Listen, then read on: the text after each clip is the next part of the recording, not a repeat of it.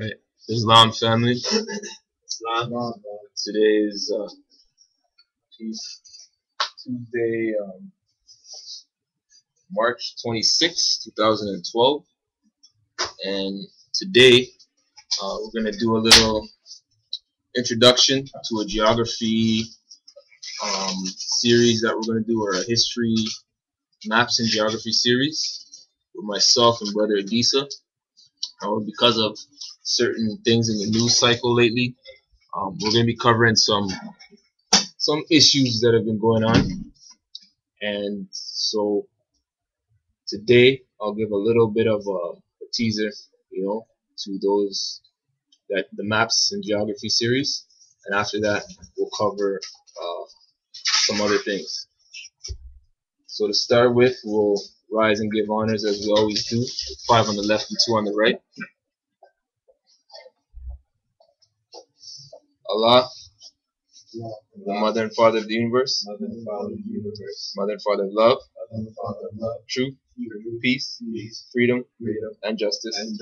Allah is our protector, our guide, and our salvation, by night and by day, through his and her holy prophet, noble Drew Ali. Amen. Ameen. Ashe. Hotep. Islam.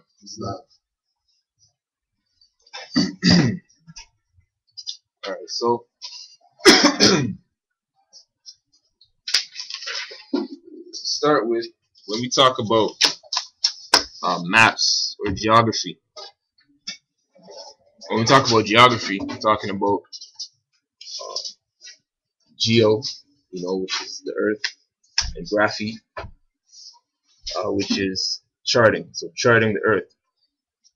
But the purpose is to be able to navigate. And so when we talk about navigating, talking about getting around places, the best way to actually get around isn't necessarily always a map, right?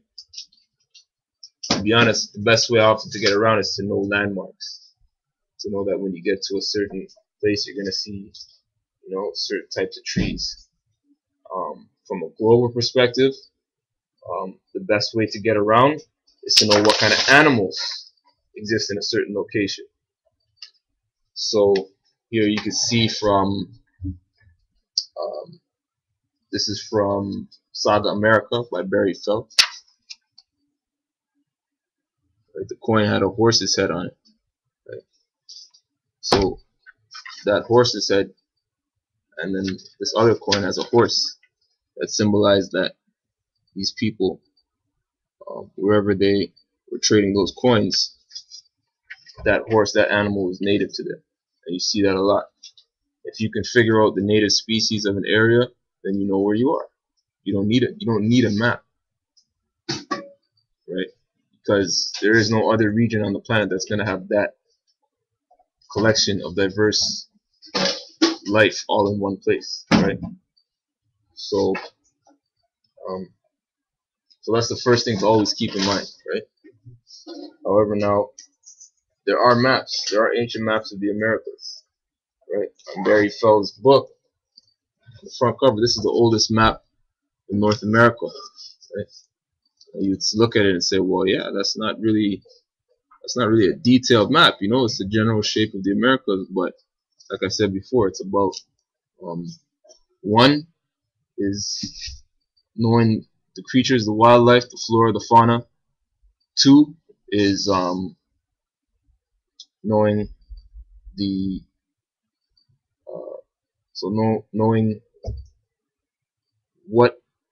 knowing what landmarks you might encounter or expect to encounter, right?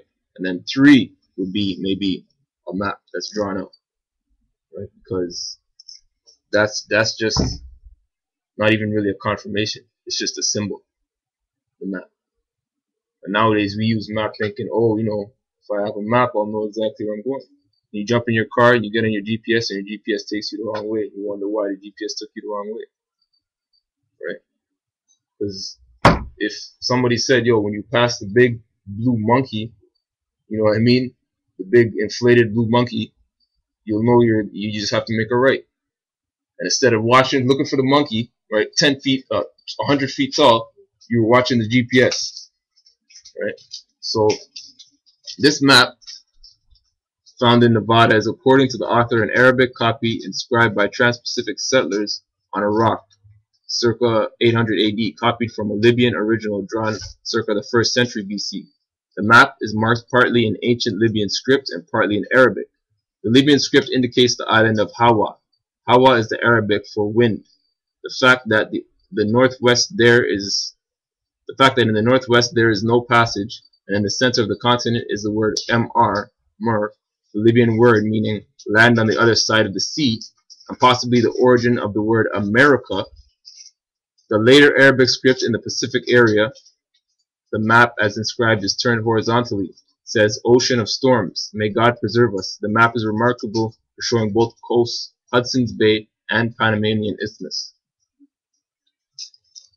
Right, Hudson's Bay there, Panamanian Isthmus, right, and it says more, right, he says MR, to him it's describes the land on the other side of the sea. But as we broke down in classes, that is who we are. We're the people from the land on the other side of the sea. So when we would land, and obviously a most sensible place to land would be where Morocco is today, we would often be there trading, right? No need necessarily to go inland or to any other areas, because you can get onto the African continent from there. You can traverse a short distance across the Straits of Gibraltar and get into Europe, or and you also have access into the Mediterranean. And so over time, Moors always being in that area of Africa, regardless of other Europeans living around that area in Libya, and even the desert being south of there or in that area, that came to be known as the people who travel to the land across the sea, or who come from the land across the sea and who land there. So that's Morocco. It's named after them. In other words, Morocco is named after us. This is a little confusion that some people coming in often, try to understand. And sometimes it may not be explained properly, but if you understand the history, then you understand why it may seem that, oh well, we're some people. When we say that we're descendants of Morocco born in America, people think that we're saying that we're descendants of people living in the country called Morocco who, moved here 50 years ago or 20 years ago or whatever, and we're living here. No, that's not what we're saying. Literally what we're saying is, this is Morocco, and we're descendant of people who are from here, right? And we were born here, right? Or descendants of Moroccans not from there, but Moroccans from here, born in America, right? Now to go to the beginning. So I like to go to the beginning with things. We're gonna go to one of the first. When we talked about maps, right? Aren't necessarily as useful as landmarks or as knowing the flora and the fauna of the area, right? So we'll go to one of the first landmarks, right? Genesis 3:24, right? Now this is, in Genesis, in the beginning, Adam and Eden. So the story goes, we're in the garden. They transgressed the laws. They ate from the tree of the knowledge of good and evil. They're not supposed to eat from, and which, unfortunately, although it says it and people read it, they still want to eat from that tree. They still want to be either black or white. They want to be, Democrat or, Republican. They want to be, Nazi or allies, right? And our people claim to be the most spiritual people, but yet fall into those false dichotomies all the time, right? So we'll go back and see what falling into false dichotomies can the consequences of that, how grave those can be.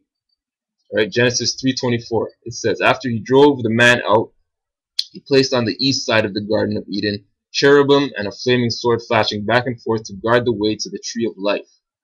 Right? Or another translation, King James, after he drove the man out, he placed on the east side of the Garden of Eden cherubim and a flaming sword which turned every way to guard the way to the tree of life. Right? So at first you might confuse, well, what is the meaning of this? What is, or another translation. After he drove the man out, he placed on the east side of the Garden of Eden the flaming blade of a sword turning continuously to guard the way to the tree of life.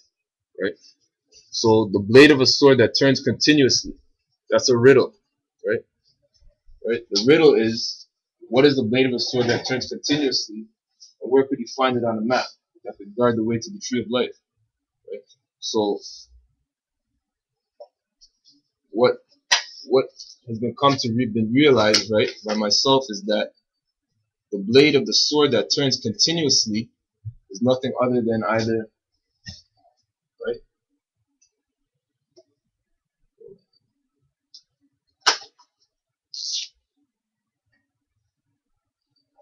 this is the blade of a sword, and it's burning, right, and it turns continuously, right? What is it? It's a sand dune, okay? Because you fall asleep right here beside the sand dune, you wake up 3 hours later, and it's gone, and it's moved over here, right?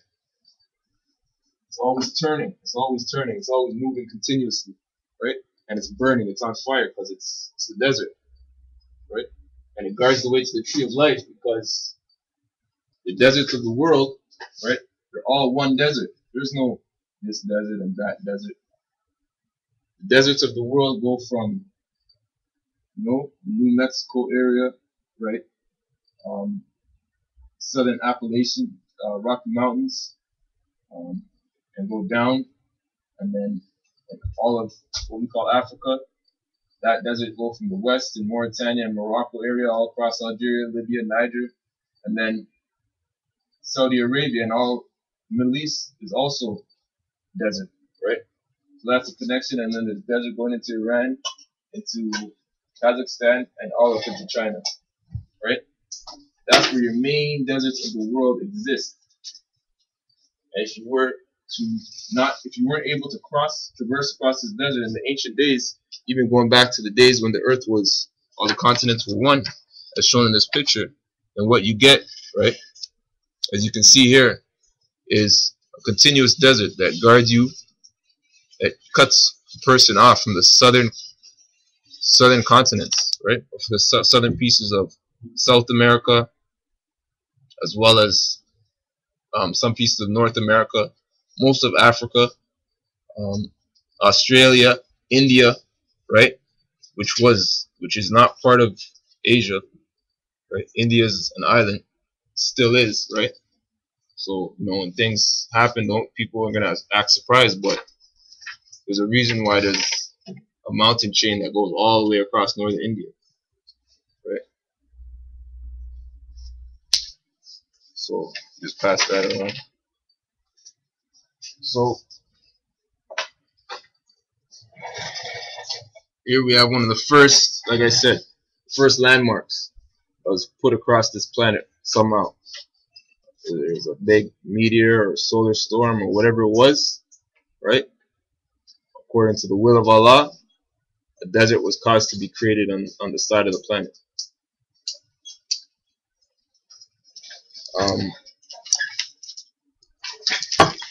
Now we'll, oh yeah, speaking of India, there's a map of Aryan incursions as they converged on the black hairpins of the Indus Valley civilization.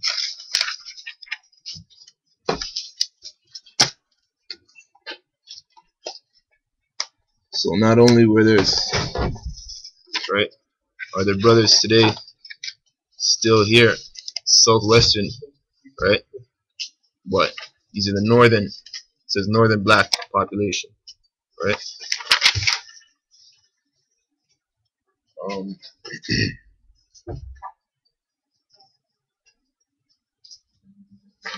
And then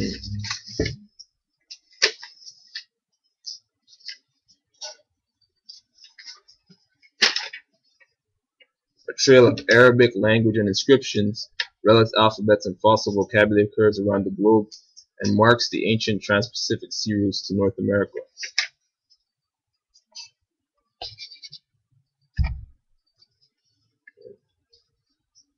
All those key places for the sea traveling Moors.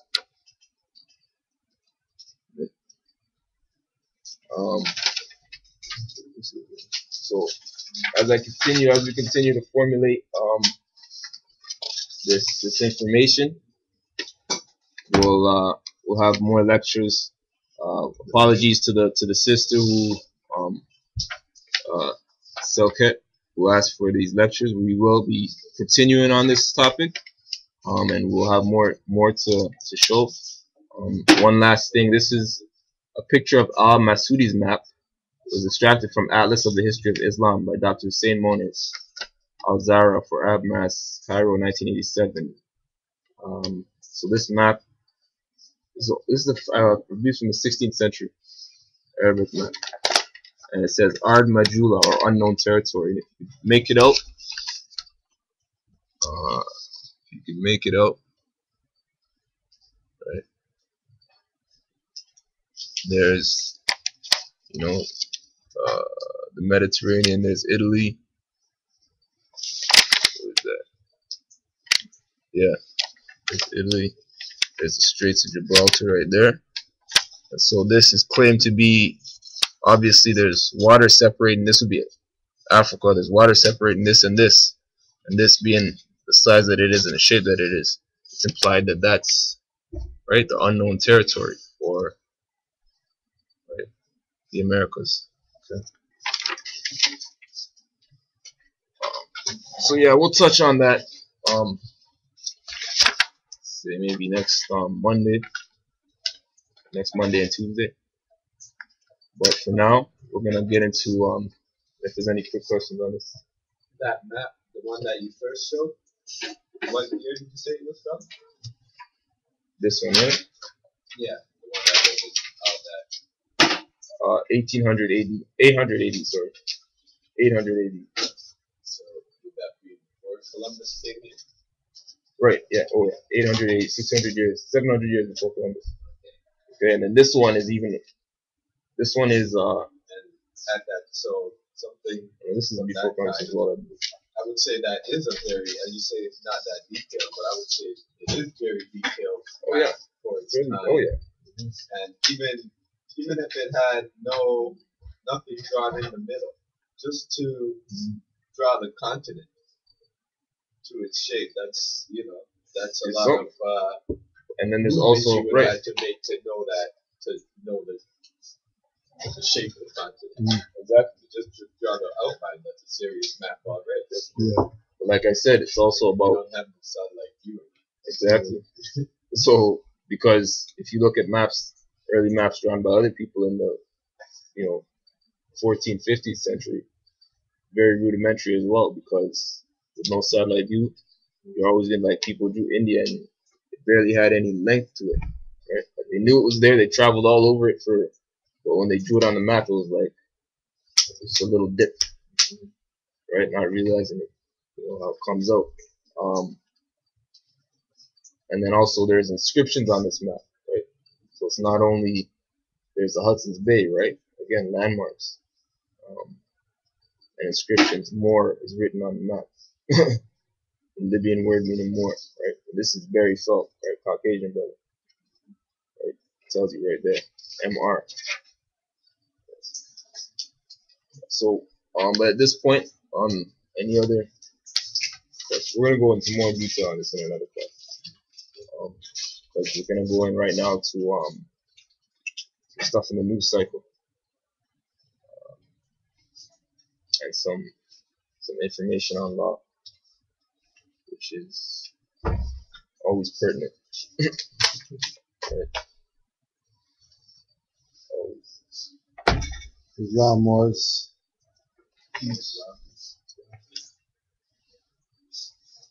So,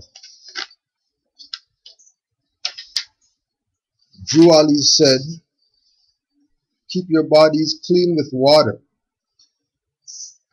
But a lot of people aren't going to listen to the Prophet just because You know, there was a big setup to keep him hidden, like specifically him, right? Because everybody else came out, right? Everybody else was exposed. When we say, like, you know, liberation for us as a people, we heard everybody's part. And it's 2012, and then people still getting shot up and all that type of stuff. So all that stuff that we've been doing for the past how much ever years, that we're ignorantly and arrogantly pushing on the world like the remedy for the salvation of our people, we look like hypocrites, right? To the other people, right? And like Brother Taj said, so because we're hypocrites, they know our cowardice mentality, so they'll just put a glass in between us and them, and then they're on that side of the glass, and we think that everything's good just because we can see them, but we're not engaging with anybody. We're just looking at them through a glass and wondering, you know, how come those guys have a house over there? And how come those guys have whatever over there? Right? When one little tap on the glass is gonna mash up the whole thing. Like one little tap, right? And that's what Juali brought. That tap, you know, to put this distorted perspective that we have of our history back together. So that's why, like, the brothers are doing the geography classes, because certain things have to be presented, right? And as Moors, like, we have an obligation to present certain things, because we're not looking at, we're stepping on people's toes or whatever, right? Because we've done enough suffering, you know, like suffering's supposed to be something that goes on and then you get out of it, you know what I mean? And then you start living again. You're not just supposed to be constantly suffering. Something's wrong with that. Perpetual suffering, you know what I mean? And this is before Willie Lynch, so we can't even say blame the Willie Lynch letter and what those guys did. Because before that, we fell. We didn't fall because he wrote something that, yeah, you know, put the old against the young and, you know what I mean? That's not what that was about. You know, that was just to, once again, get Europeans in the story. Because they have to be in it. They have to make a place for themselves. Not that that's wrong, because they don't have anywhere, so they have to try to find somewhere to go place themselves. And there's not wrong with that. That's cool. But wherever you place yourself, you have to abide by the jurisdiction that you just came under. Right? You can't just do what you want to do because you're in a particular jurisdiction. Right? So start off by saying, Juali said, keep your bodies clean with water. Right? But they're not going to listen to the prophet.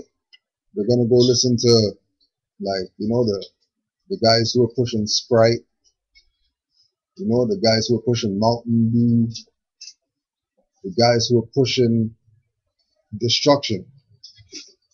That's what is going to be presented. Right? So we're going to start off first, maybe like 10 minutes, just going to read through some stuff that I found online, because we have to take serious what Nobi Juali said about water. And we have to put into perspective what we're doing. So we have to hold ourselves responsible. Right now, nothing's not wrong with drinking some juice or drinking, if you want to drink a 40, like, go ahead. If you like brandy, they'll take a shot of brandy. Like, I don't care personally. You know, everything in moderation. But water is something that, you know, you're not about no moderation with water. Right? Because the water is supposed to flush what we eat out. Right? So we're just going to go through just some information, right, with regard to our health as melanated people, and to really understand the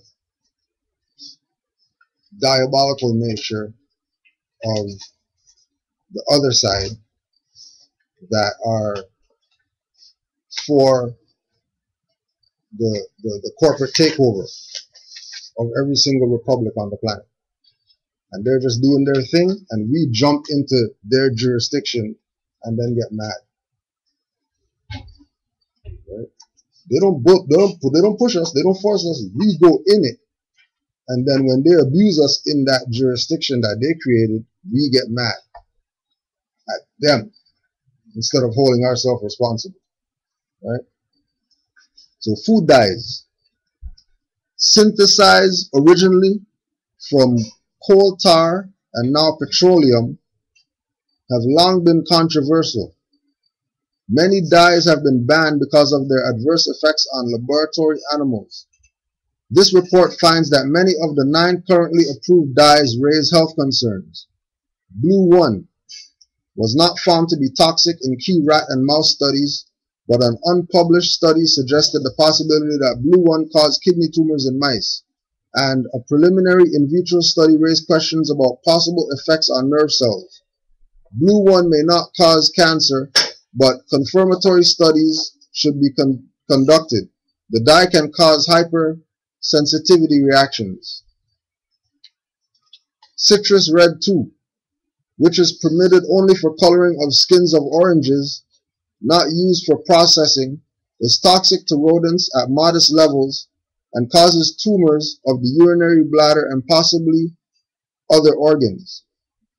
The dye poses minimal human risk because it only used at minuscule levels and only on orange peels, but it still has no place in the food supply. And then there's, other one, right? So which one was that? Citrus red. What is this? That's like a food dye. Oh, okay. Do they put in the seed or? That they put in anything that they're gonna make color for. Okay, to make a orange color. To make something yellow, you use the yellow food dye. You know what I mean? Like that thing might not have originally been yellow when you bought it in the bottle. It was probably some clear stuff that had another drop that, tastes like orange juice drop. And then they put the yellow food, and now you have orange juice. Right? $2. A big carton like this.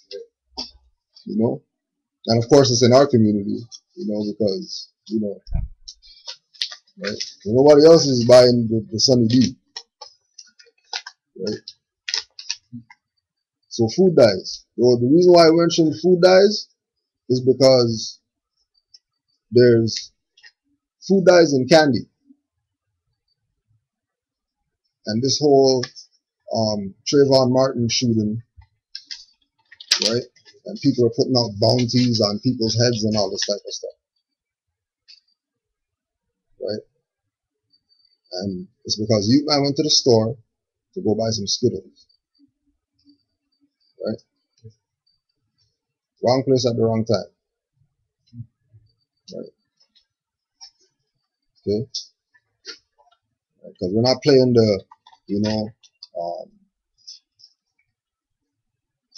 another black boy gunned down by the white police officer that's racist. Like we can't even be playing those ones anymore. Right? And we can't go there because it's very serious what's going on. I would add too, just with a lot of candies and stuff like that. You want to get away from pork too, you guys probably know gelatin and glycerin. Right. Toothpaste, like that too. Yeah. Just gotta be aware of that too as well. Be aware. Right? And this is just for awareness. But we have to bring it up because, it's a big thing. That this youth man went to the store to buy some Skittles and iced tea. Right? And this crazy man gunned him down.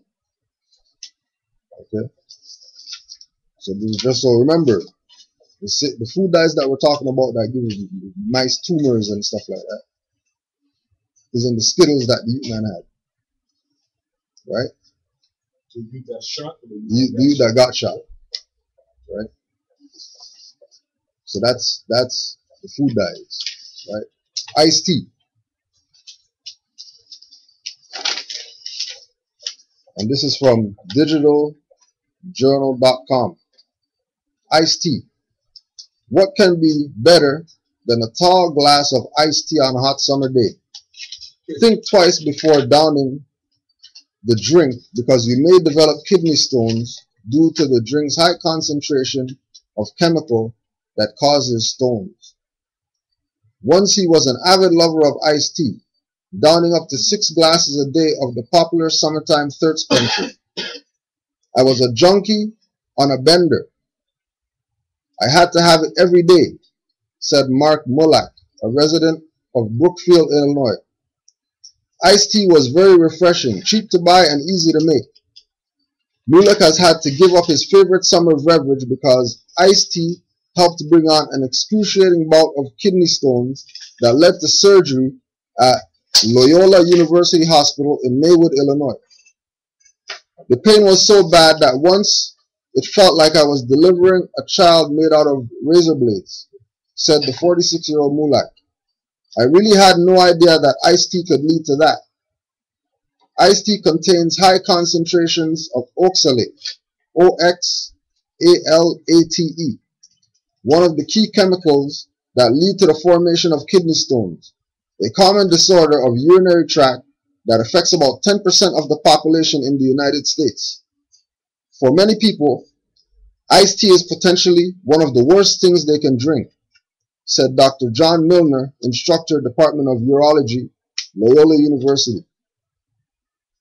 For people who have a tendency to form kidney stones, it's definitely one of the worst things you can drink. Kidney stones are crystals that form in the kidneys or urethras, the small tubes that drain the urine from the kidney to the bladder. Men are 4 times more likely to develop kidney stones than women, and their risk rises dramatically once they reach their 40s. The failure to drink enough fluids is the most common cause of kidney stones. In the summer when the weather is hot, people are generally more dehydrated due to sweating. The dehydration combination with increased iced tea consumption raises the risk of kidney stones, especially in people who are prone to develop them. People are told that in the summertime they should drink more fluids, said Milner, who treated Mulak's kidney stones. A lot of people choose to drink more iced tea, thinking it's a tastier alternative. However, in terms of kidney stones, they're getting it going and coming. They're actually doing themselves a disservice. The popularity of iced tea has grown dramatically with a 1.91 billion gallons consumed a year in the US, according to Tea Association. Iced tea's appeal is due to the benefit that it is healthier than other beverages such as soda and beer. I stayed away from carbonated drinks for a long time because I thought it was upsetting my stomach and that it wasn't good for me. But I guess I overdid it with iced tea, Mulak said. Water is your best bet when you want to quench your summer thirst. You can always add lemon slices for some extra flavor. Lemons are very high in citrates, which inhibit the growth of kidney stones. Milner said lemonade, not the powdered variety that uses artificial flavoring, actually slows the development of kidney stones for those who are prone to the development of kidney stones. People concerned about developing kidney stones should cut back on eating foods that also contain high concentrations of oxalates. Also, go easy on salt. Eat meat sparingly. Drink several glasses of water a day and avoid foods high in calcium, which reduces the amount of oxalate the body absorbs. What is oxalate? We're going to have to look that up. Grab one of those dictionaries down there.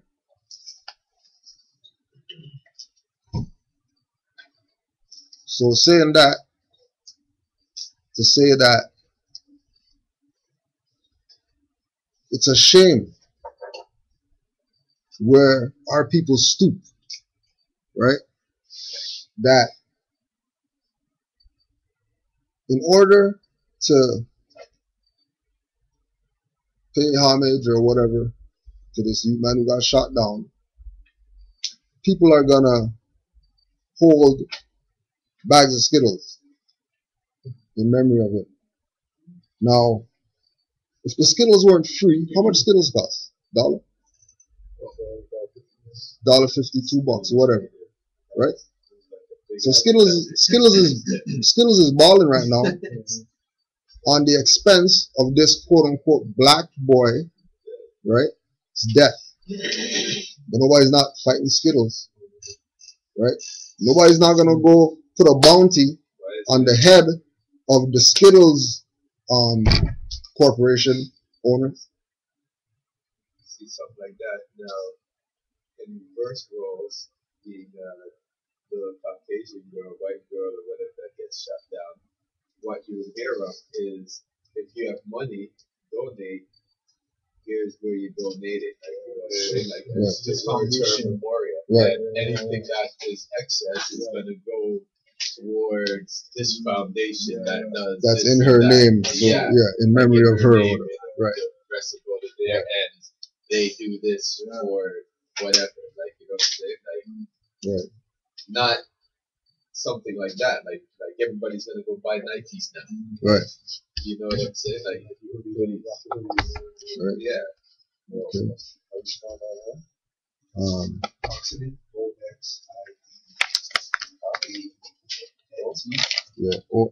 Yeah.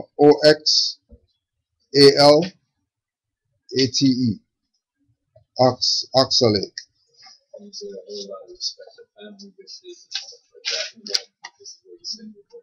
Yeah. Right. You know, or wear hoods. Yeah. Right? Because he was wearing a hood too. Yeah. Right? So they're gonna have a million hoodie march. And everybody wear their hoodie. And you still can't bury the shit. No right? money for that. Nobody still didn't do nothing for that. You know. So this is the bounty. March 25th, 2012. For immediate release, New Black Panther Party. Phone number 502-299-8530. nbpphq@yahoo.com. New Black Panther Party offers $10,000 reward for capture and citizens arrest for George Zimmerman, murderer of Trayvon Martin. Breaking news. The New Black Panther Party for Self-Defense, a US-based national activist group with several chapters in Florida, announced today that it was offering a $10,000 reward for the capture and arrest of George Zimmerman, the shooter and murderer of the unarmed Trayvon Williams. The reward money is from church members, community members, and activists. The case has shocked the consciousness of a nation and brought about a racial volcano after 28-year-old Zimmerman shot and killed young 17-year-old Trayvon on the date of February 26th. Attorney Malik Zunu Shabazz, leader of the Black Lawyers for Justice and the New Black Panther Party, states, the legal fact that the police did not arrest George Zimmerman after overwhelming probable cause or even check his background or investigate the case is both shocking and unconscionable and equally unacceptable. If the tables were turned, a black man had stalked and gunned down a white youth like that, the 911 tapes running, that black man surely would have been arrested. Charles Quelly, national spokesman of the New Black Panther Party, says, we cannot sit back as men and allow Zimmerman to remain free on the loose because he is a danger to himself and others. We demand the police do their job and arrest and charge Zimmerman with first-degree murder. In the meanwhile, we must use our constitutional rights and Florida law to organize a citizen's arrest in order to see that justice is done. Our goal is to increase the $10,000 reward up to $100,000.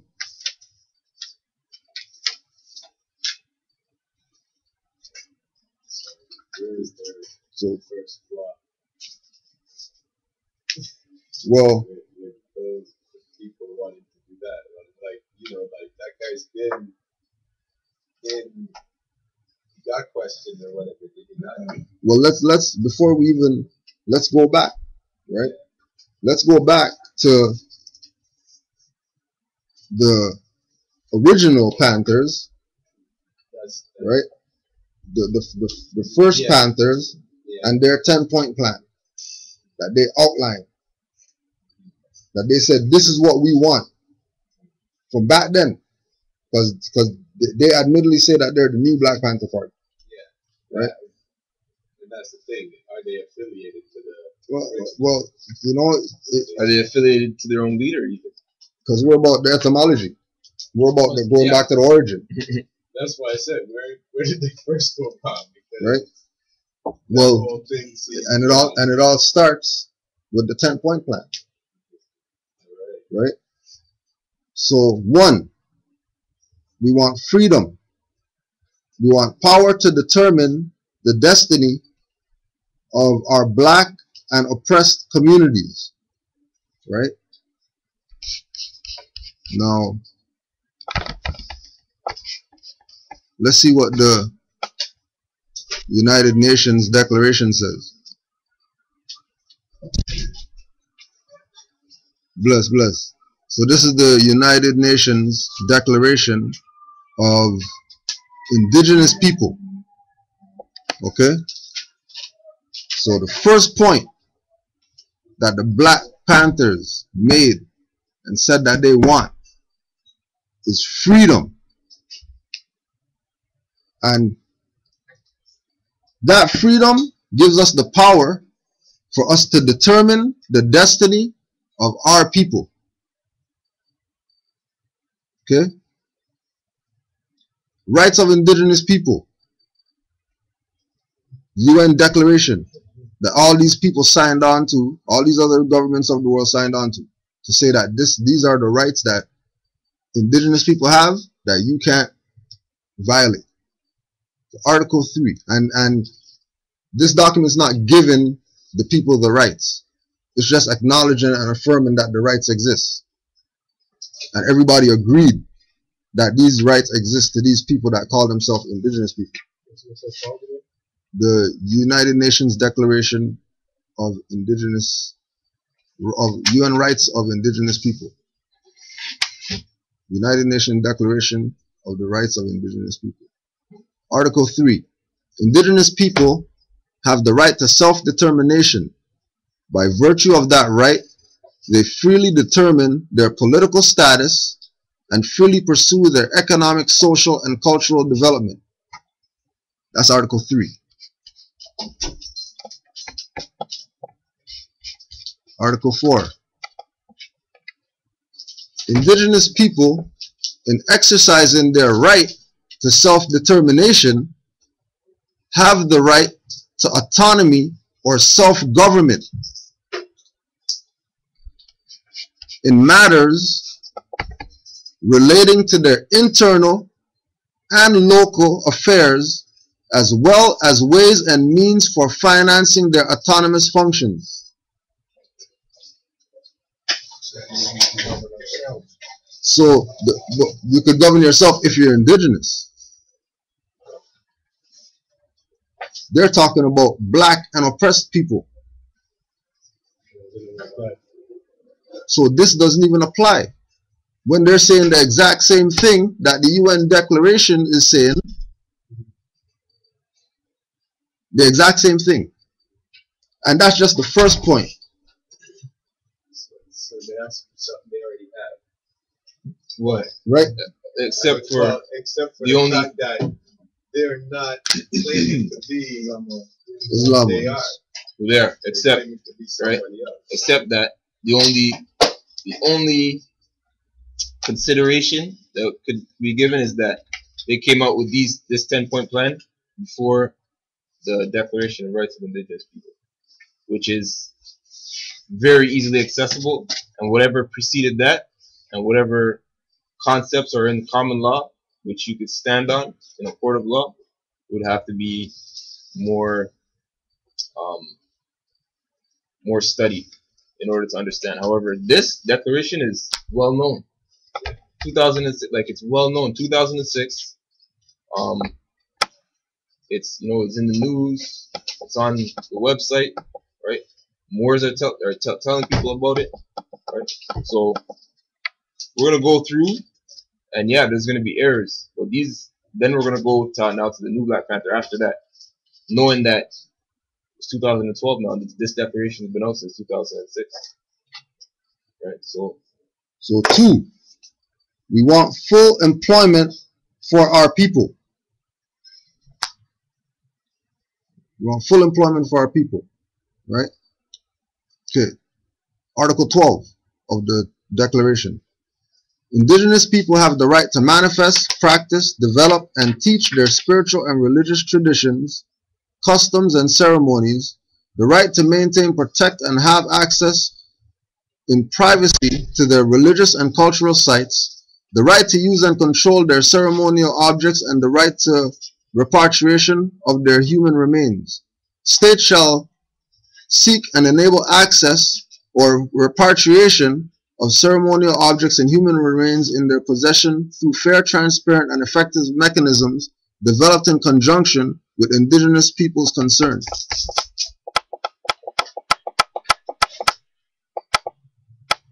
(13) Indigenous people have the right to revitalize, use, develop, and transmit to future generations their histories, languages, oral traditions, philosophies, writing systems, and literatures, and to designate and retain their own names for communities, places, and persons. States shall take effective measures to ensure that the right is protected, and also to ensure that the indigenous peoples can understand and be understood in political, legal, and administrative proceedings where necessary through the provision of the interpretation or by other appropriate means. Indigenous people, 14, Article 14. Indigenous people have the right to establish and control their educational systems and institutions, providing education in their own languages in a manner appropriate to their cultural methods of teaching and learning, right? So 3 on the 10-point plan. We want to end to the robbery by the capitalists of our black and oppressed communities. We want decent housing fit for the shelter of human beings. We want decent education for our people that exposes the true nature of this decadent American society. We want education that teaches us our true history and our role in the present day society. We want completely free healthcare for all black and oppressed people. We want an immediate end to police brutality and murder of black people and other people of color, all oppressed people inside the United States. We want an immediate end to all wars of aggression. We want freedom for all black and oppressed people now held in U.S. federal, state, county, city, and military prisons and jails. We want trials by a jury of peers for all persons charged with so-called crimes under the laws of this country. We want land, bread, housing, education, clothing, justice, peace, and people's communities. Right? And then if you go to Article 26 of the Declarations, indigenous peoples have the right to lands, territories, and resources which they have traditionally owned, occupied, and otherwise used or acquired. Indigenous peoples have the right to own, use, develop, and control the lands, territories, and resources that they possess by reason of traditional ownership or other traditional occupation or use, as well as those which they have otherwise acquired. States shall give legal recognition and protection to these lands, territories, and resources. Such recognition shall be conducted with due respect to the customs, traditions, and land tenure systems of the indigenous peoples concerned. So the problem is that as black people, you're subject. And a subject is one who is under the rule of another or others, especially one who owes allegiance to a government or a ruler, the obligations of a vassal to a lord, a slave. Right? It's mainly asking for freedom in a jurisdictional realm that can't give us freedom. Exactly. Because freedom doesn't exist in that realm. Slavery exists in that realm. And once you're in that realm, that's what you're going to get. Be more clear. It's like, this is be here. Like, you know what I'm saying? Like, these are lawful words. Like, these are, when you're before the courts, it's law. You know what I'm saying? So when you say certain words in front of the courts, they're using that word in its lawful way. It's not, they're not using it as your street slang. But I'm a black man. Okay, you put that in as lawfully, you're a black man. Not as that was your street slang to try to identify your nationality. Well, do you think they know, like currently right now, like the people in Canada, do you think they know this, or It's not. Okay, good question. Okay, so do they know, right? So this To is the level that This is Weiss's Concise Trustee Handbook, a guide to the administration of an express trust under the common law, functioning under the general law merchant by Carlton Albert Weiss, second edition, 2008. So this is 2008, 4 years ago, right? So let's see what Albert Weiss has, if they know. If they know. Okay, so in the notes, note 24, page 5. A generally unknown fact is that there are several types of citizens now existing in America. The trustee of an express trust may seek protection under the constitutions as state citizens throughout the Union of States, a jurisdiction outside the scope of the 14th Amendment, which we will discuss in a later section. However, it should also be noted of all citizenship, 14th Amendment or otherwise, that jurisdiction over natural and artificial persons is distinguished without a fundamental difference. This stems surprisingly from the operation of in rem jurisdiction, which underlies all civil law. Though all courts are familiar with the action in personam, bracket, against the person, close bracket, it is the action in rem, against things, which, though practiced only in maritime law, stealthily operates in every civil and criminal court. This principle is one of the least understood in its entirety. In rem jurisdiction over a man or woman can only exist if the man or woman is a slave, i.e. property, or res, an object, in which case his or her disposition at law is no different than if he or her were a horse or other goods. See the Zong, Gregson versus Gilbert, 99 ER, and that's a case law. In nature, in rem jurisdiction is exercised over men and women by their creator exclusively. Governments can therefore gain only a fictional in rem jurisdiction over man by creating various legal devices, personas, for those men to assume limited control of. Example, citizen, taxpayer, driver, etc.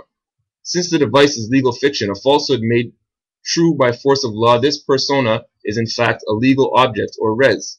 Just as in theater, the persona person is separate from the man or woman playing the part. Therefore, there may be artificial persons, but not artificial men, natural persons, but not natural men. American Law and Procedure, Volume 13, Chapter 5, Section 65, page 156 to 157. Okay? The word person defined, right? The word person in its primitive and natural sense signifies the mass with which actors who played dramatic pieces in Rome and Greece covered their heads. Covered their faces. Persona. So when they referred to each other, they didn't use the word person. Like they just saw each other in the street, they never used the word person. And that's where the root of the word person comes from, right? It's Latin or Greek. So the word was never like the body of an individual. Never.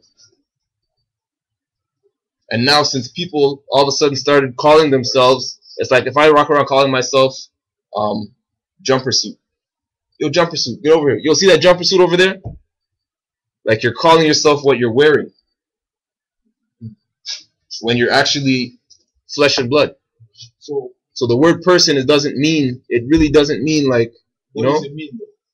it means a mask, right? And now currently, that's the origin of it. Currently now, it means mainly a corporation. It includes the corporations, which it said there, which were created, right, in REM jurisdiction, such as a citizen, taxpayer, or driver. None of those things are real. They're ideas, right? They're not flesh and blood. But if you Want to be the driver, right, then that's on you. if you attest to that, if you sign on to that, then they just go along with it, like it said. Though all courts are familiar with the action in personam against persons, it is the action in rem against things, right? Which, though practiced only in maritime law, stealthily operates in every civil and criminal court. This principle is one of the least understood in its entirety. So it's not understood, but they know, right? And it's practiced. Okay. So the reason why he ignored the court that he ignored it because people were wise to keep control of the people and the control of this for sure. Well, it happens that the control. Like I mean, if someone just people start like walking around and dropping $5 bills out of their pocket, you're gonna pick it up. Now, if there's only a few people realizing that there's $5 bills all over the ground, right? Whose fault is it really? Yeah.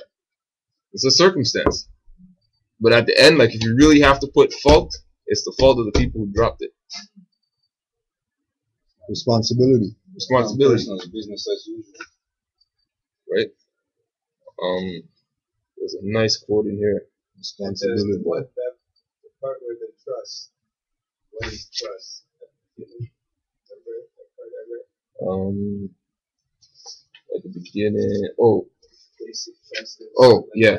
Yeah, regardless of implied a property interest held by one person at the request of another. The part where it's just like even if you assume or something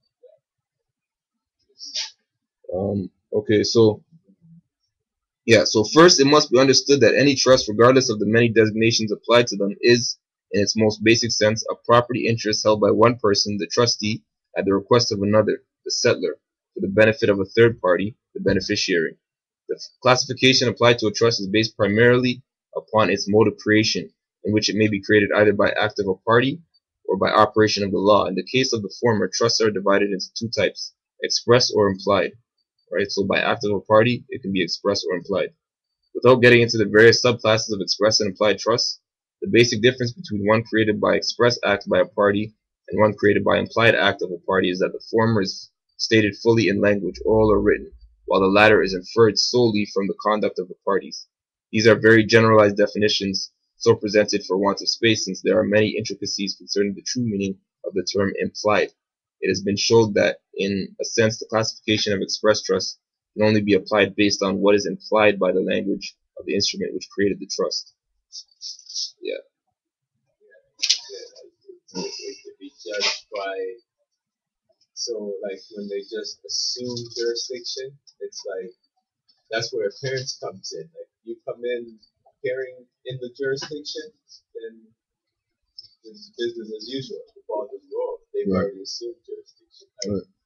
And just by you coming in looking that way, they're taking that, like it says in the trust, that you accepted this role already. Like you don't have to say that you accepted it. The way you're acting says you accepted it.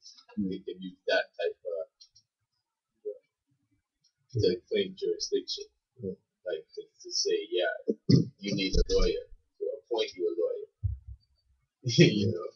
Yeah, and the only reason is like there's a jurisdiction that we can deal with, but we don't want to deal with that jurisdiction. Right? Okay. Like, okay. The bounty. Right? The new Black Panther Party for Self-Defense a U.S. based national activist group. Like U.S. is a corporation, private corporation, not the geography called the United States of America. That includes Brazil and Peru and Trinidad and Dominican Republic and Guyana and all that. You know what I mean? Right? U.S. is a private, separate entity that has nothing to do with the jurisdiction of a landmass called America. Like nothing whatsoever to do with that. Right. So it's private. So the claim, right? The claim that right now, right, with several chapters in Florida, like that's not a jurisdiction. Like okay, you have several chapters in Florida, but what's the jurisdiction of the chapters? Because they could now make a claim now that, well, all the jurisdictions are in the swamplands because they weren't specific. Because your language creates jurisdictions. But if you know what you're talking about and you're brown calling yourself a black person, you just put yourself in a jurisdiction that you're making an argument of trying to get out in the first place. Legalese. Right? Like really understanding that it's they're creating jurisdictions. That's how they're doing everything that they're doing. They create a jurisdiction and then we jump in it. Because we assume that, you know, when they say, you know, everybody's saying T.O. right now. We're not talking about Toronto, the geographical location. You're talking about something that was created. I don't know who created it, but I know that's not the landmass. But if I say that, you know, my name is and I live in T.O. then you just jumped in a jurisdiction that has nothing to do with you. Well, how come they have the right to recall these laws for the jurisdiction to create? It's not laws. But who gives them the power? Okay, we gave them the power. But if I give you, right, if I give you a piece of clay, I just give you the piece of clay and I walk away. And then you take the clay and you mold it into a sword. What right do I have to complain that you made it into a shape of a sword? It's your clay. Like, it's your clay. Why? Like, who is anybody else to complain about what Timmy does in Timmy's sandbox? Like, it's Timmy's sandbox.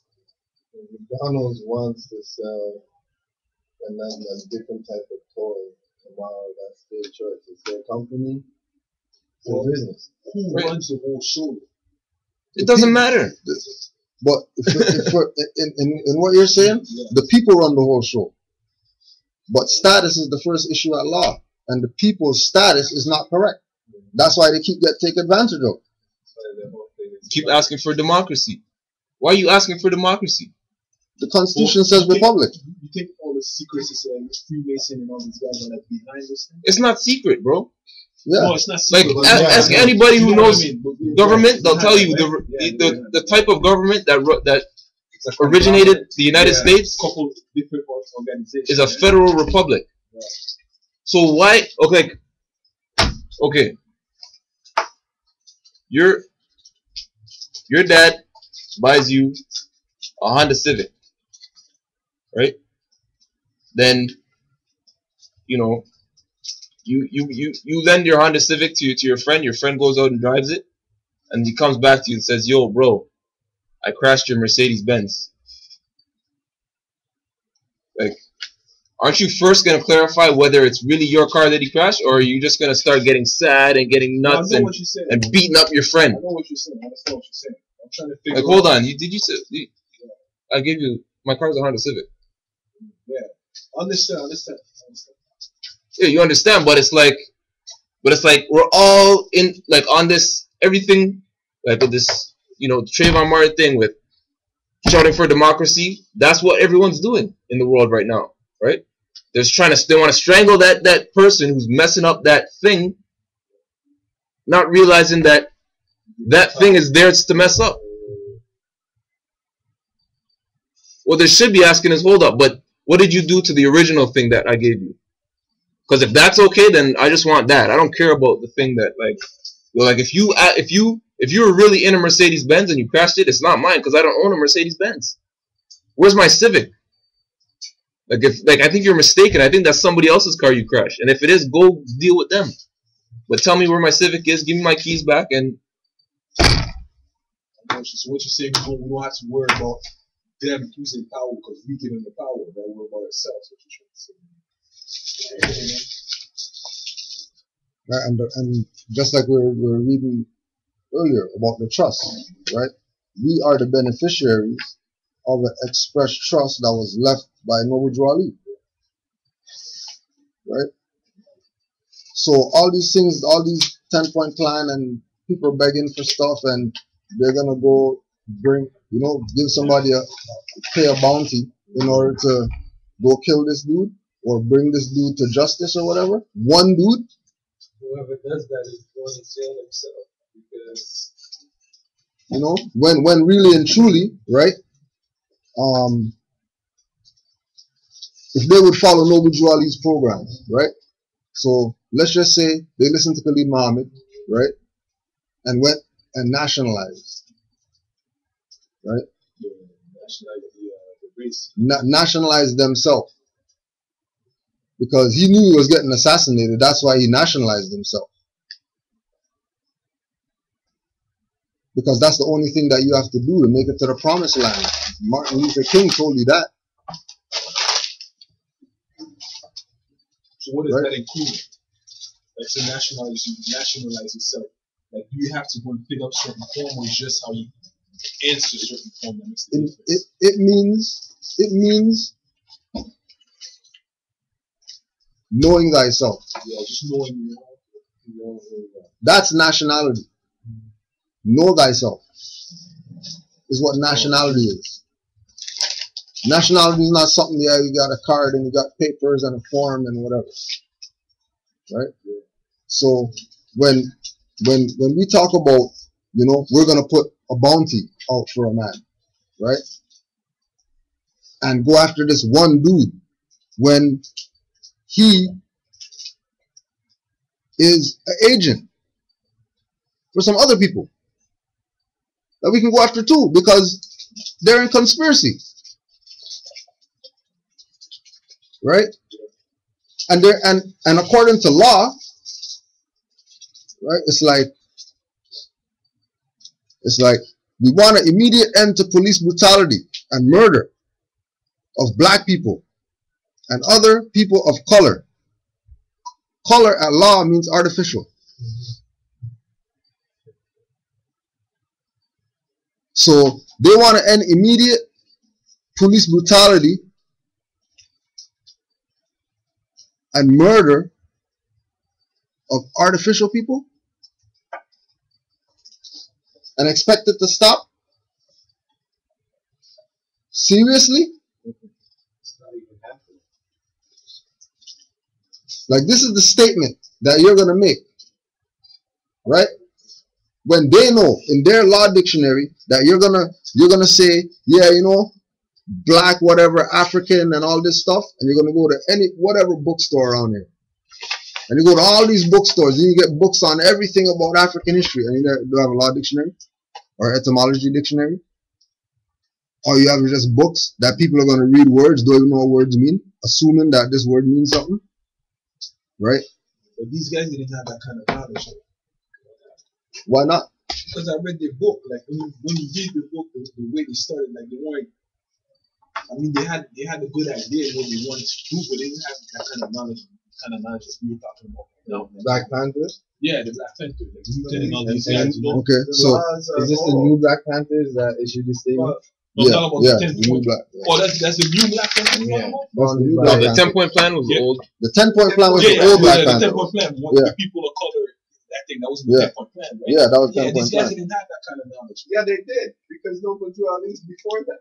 But they didn't know about him. Of course they did. Well, they knew about their rights. They didn't speak to They them. knew about their rights though. That's why we're comparing the 10-point plan to United Nations declarations of rights to show that they know what they were like. They knew what they were talking about. But their status was black.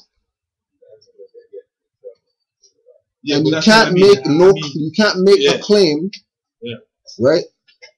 Black. You can't make a claim under that label. Dred Scott told you that. 1856. Dred Scott.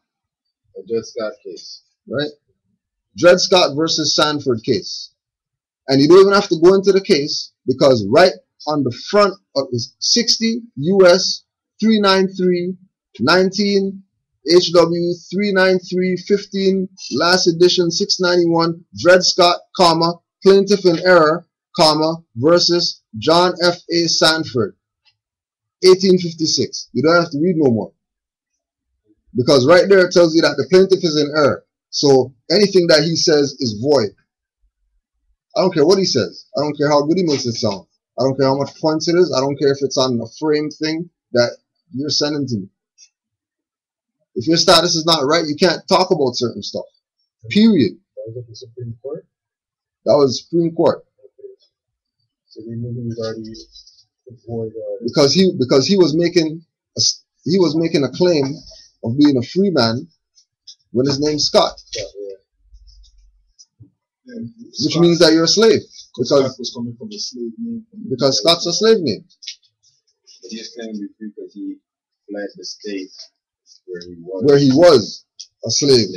And he was in a state where slavery was abolished. So he was trying to make a claim. The Dred Scott case. Everything. He was right. Yeah, he was right. The argument that he was making was right. But his status was wrong. And once your status is wrong, since that's the first issue at law, then everything else doesn't matter. And then everything else is like everything else is in error. 10 years, you know what I mean? Going to the court, filing the paper, going to the court, trying to get it done, whatever. And then nothing happened after 10 years? Or be on death row? Just waiting? Right? Let me ask you something. You think that's why the Nation of Islam was telling everybody to change their name from the slave name to another name? Yeah, but see, that's a half step.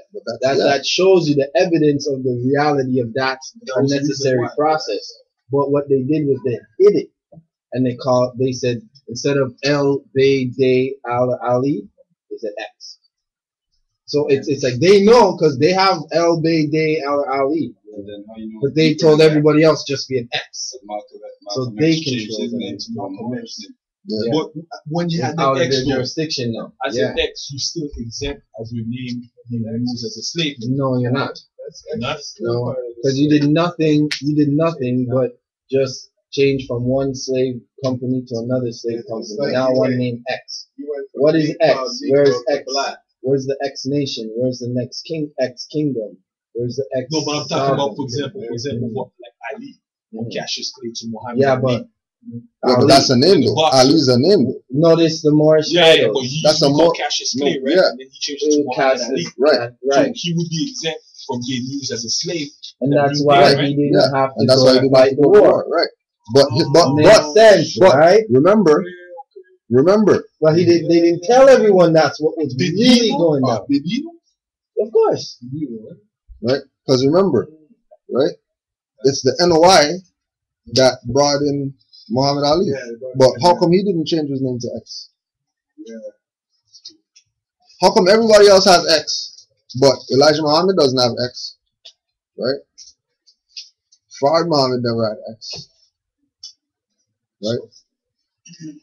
How would you change your stance? And coming back to, as a man thinketh, so is he. Know thyself.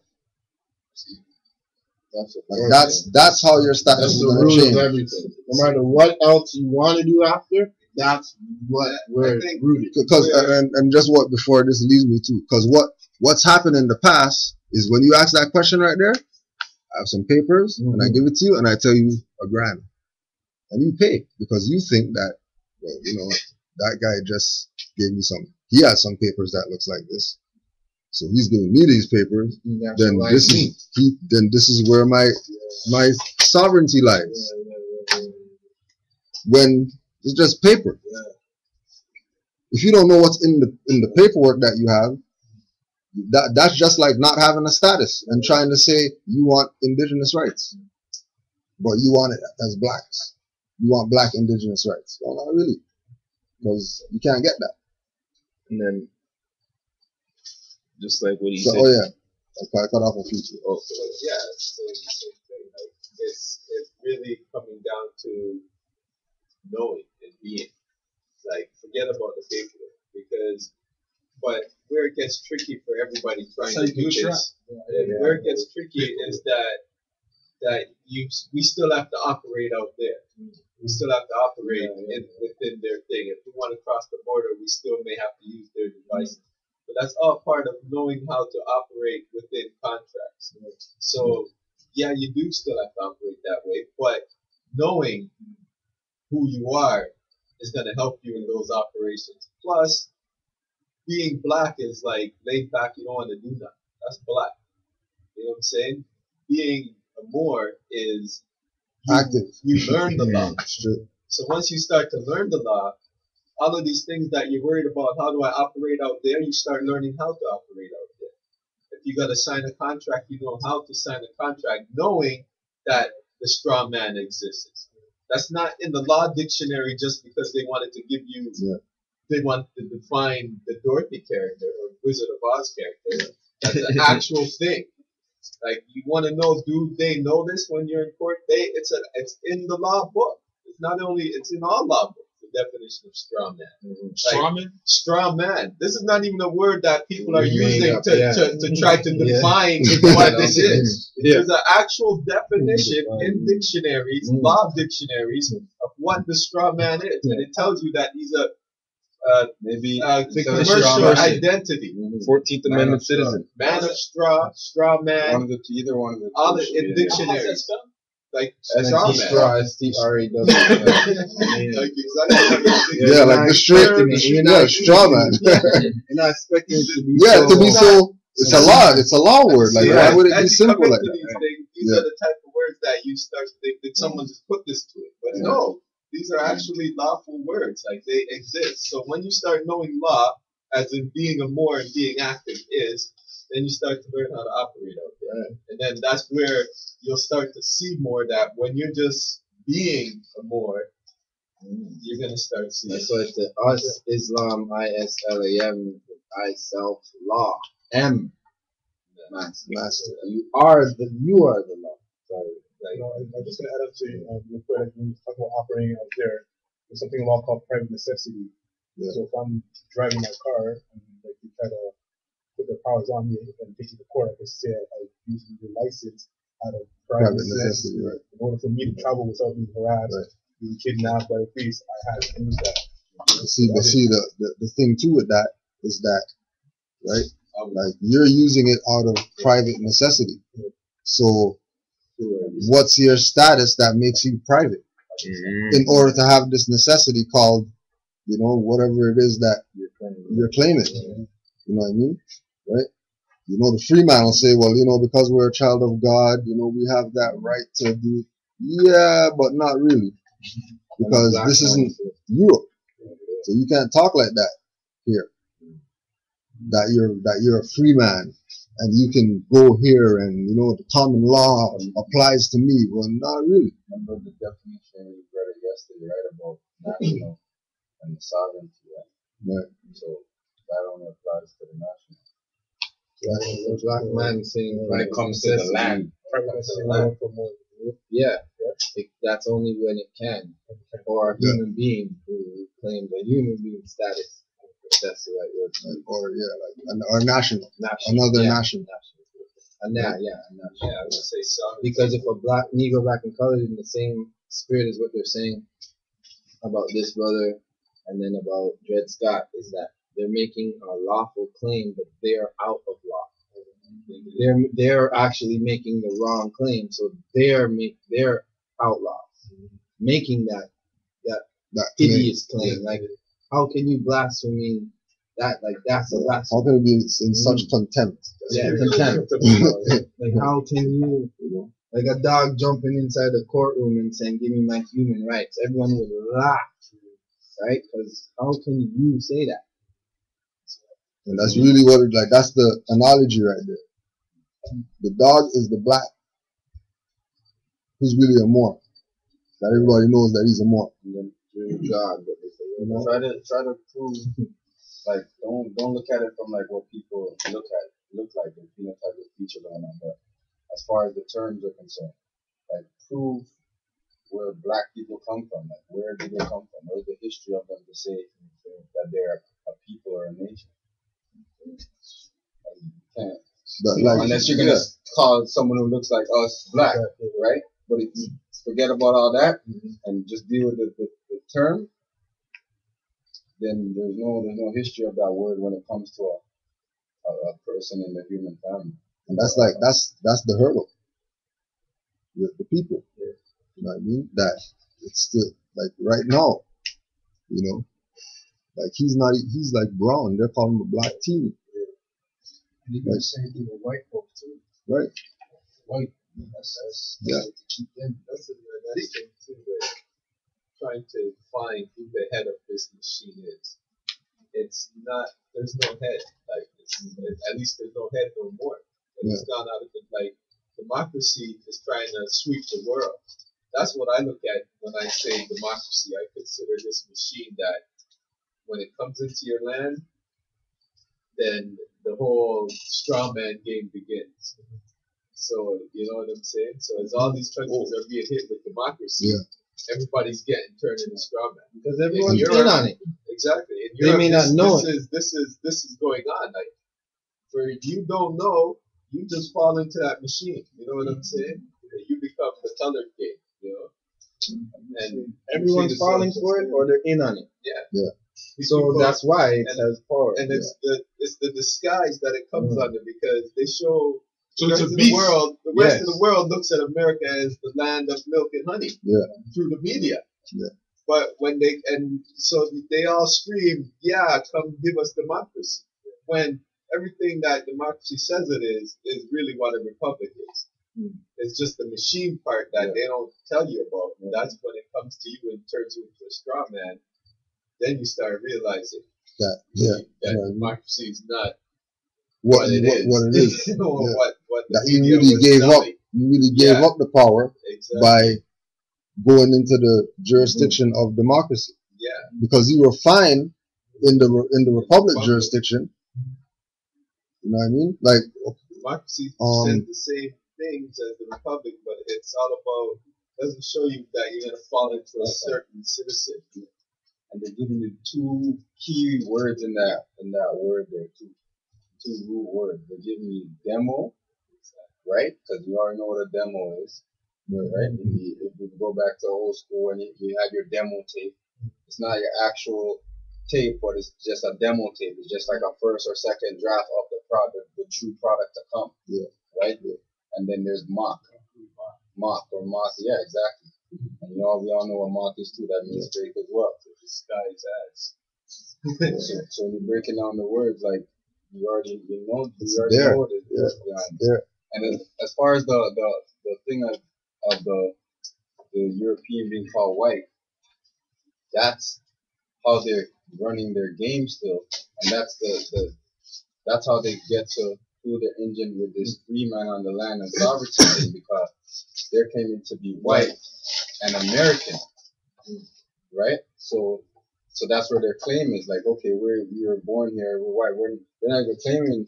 They might, if they're talking personally among themselves, or you ask, no, where you really from? They'll give you their generations of European descent.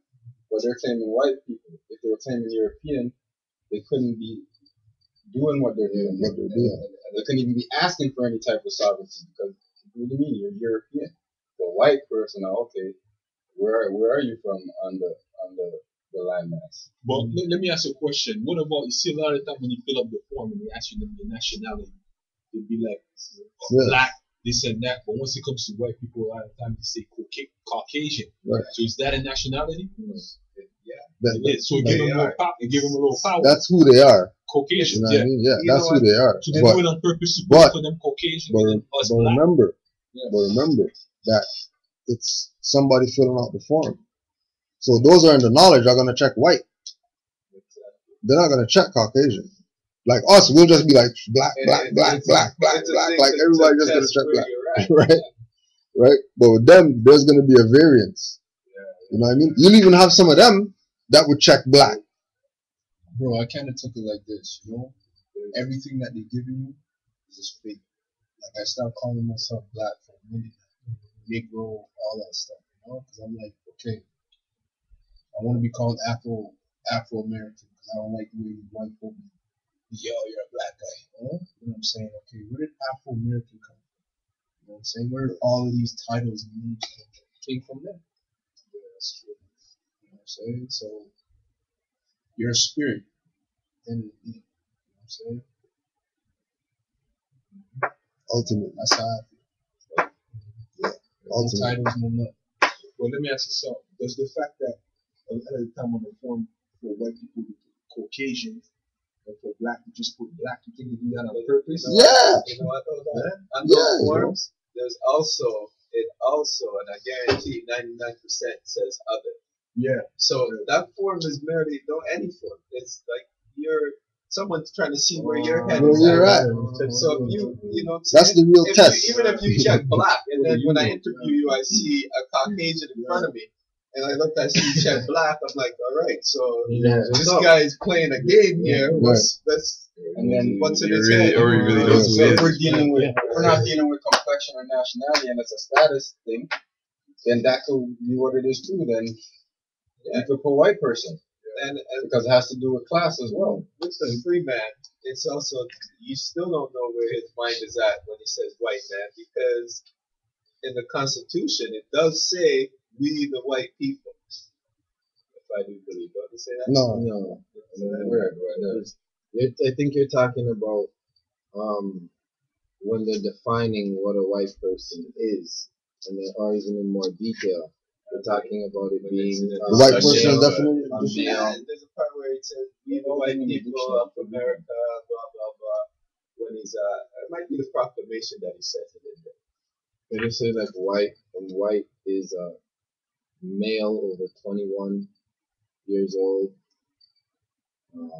It can't be any women and children. That's the the further definition of who qualifies to be a white man on the earth skin. Okay, so but yeah, I know I read that. I know that part too. Oh, okay, not that part. I don't think it's that part. But anyways, if it's that along with the same line of stuff that I've read, it might not. It was readings about. Yeah, I'm not quoting. It was readings about the Constitution. So if those people read along those same lines, you would see like the definition where it would be like, this is who qualifies to be the white person. Like, you know, like a mature person of this age and such, like basically what a lawful definition of what white would be. So it's not necessarily, it's not, you know, he's not necessarily saying it just because he's Caucasian. He's in the mind. You know, it's just some people are still don't understand that it all comes down to the first step, which is your nationality. So let me ask you one more question, man. Say, for example, you see a lot of the time when you apply for job position, they ask you the same question. A job application, or what's your, at the end, what's your nationality, whether white, Caucasian, black, or other. But then you have to sign the form in the end. So let me ask you something. If you key in on the checkbox for black, when you sign the form, once it comes for you to rise up in the company as a higher position because you have the amount of year, you already have the experience, for some reason they never hired you whenever you go for the interview. You think that the fact that you key in black waive your right to attain that position? Just the application. It's a possibility. Especially They can use it as use in, it against you. If you like they don't have to bump you up if they ever want to take them to court because you've been in there for 20 years and it says in the clause that if you're there for 20 years you have to get bumped up and you try to sue them, they can eventually, if they want to get wicked with against you, be like, no, we have a contract of you saying you're a black guy.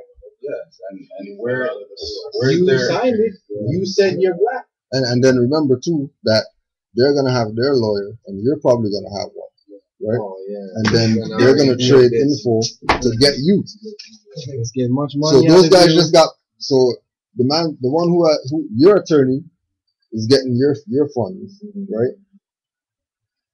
The man who is against you, he's getting his funds because you're gonna win out. You lose automatically because the agent, the lawyer already right? knows it. The lawyer knows the play already.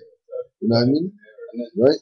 The world's giving us something and we don't want to accept it. Like that she's reading the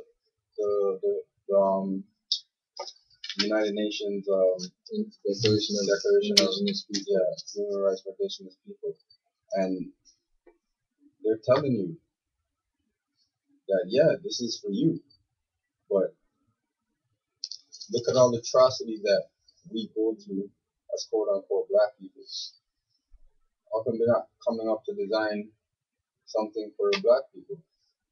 Human rights for black people, a declaration for black people to protect the rights of black people. Yeah, if we're going through so much separation, wouldn't that be, right now it's us, and okay, if we're going with the trick of who we think indigenous people are, and then we're taking the cast of black, then okay, quote unquote Indians, Aboriginals, what they would call native or whatever you want to call them today,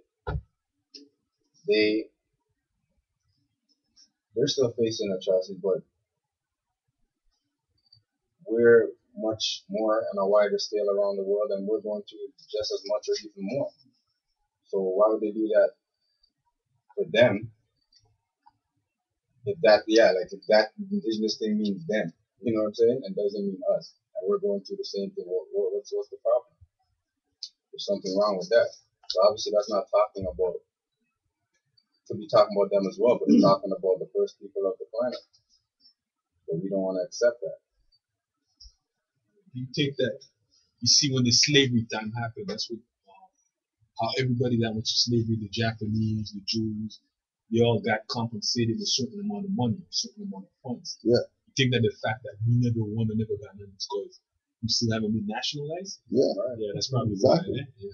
That's why. So then they're gonna kill anybody that's trying to spread the info. That's what they've been doing. Right. Right. As soon as El Hajj came back from Mecca, nationalized, he got it. As soon as Khalid Muhammad started talking about it, he got it. And that's why you asked how come the Panthers never knew about this knowledge. It's because it was there. It's always been there, but it just that's how much they're putting up a fight to suppress it because they know that the true liberation. That's the liberation. And some men in leadership positions don't want to give up their position. Yeah. They're nice right now. They're nice right now. They're nice. Just to say, they're in the fool game right now. The black game, right? Well, and see that's why that's why we're always under so much pressure. That's why they call us coons, because we're always in the corner, right? Like we're always in the corner. Like we're always backed up. Right? We're always the defendant. When you can nationalize and be the plaintiff.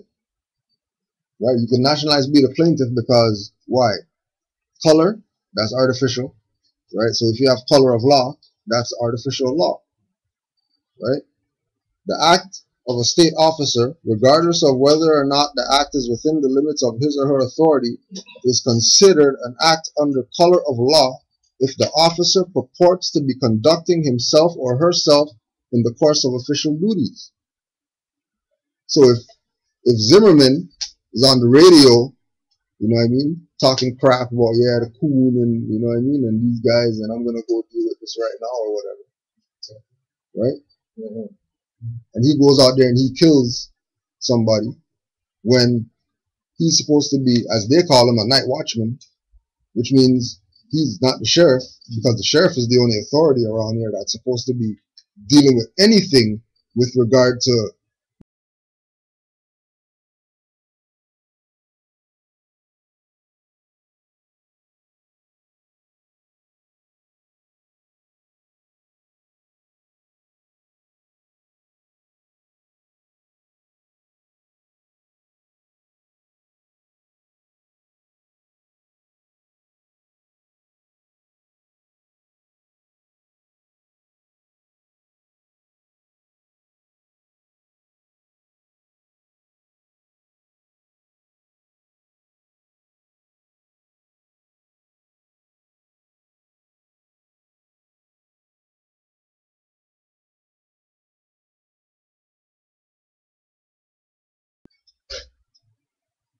okay, so a guards watchman is not an official.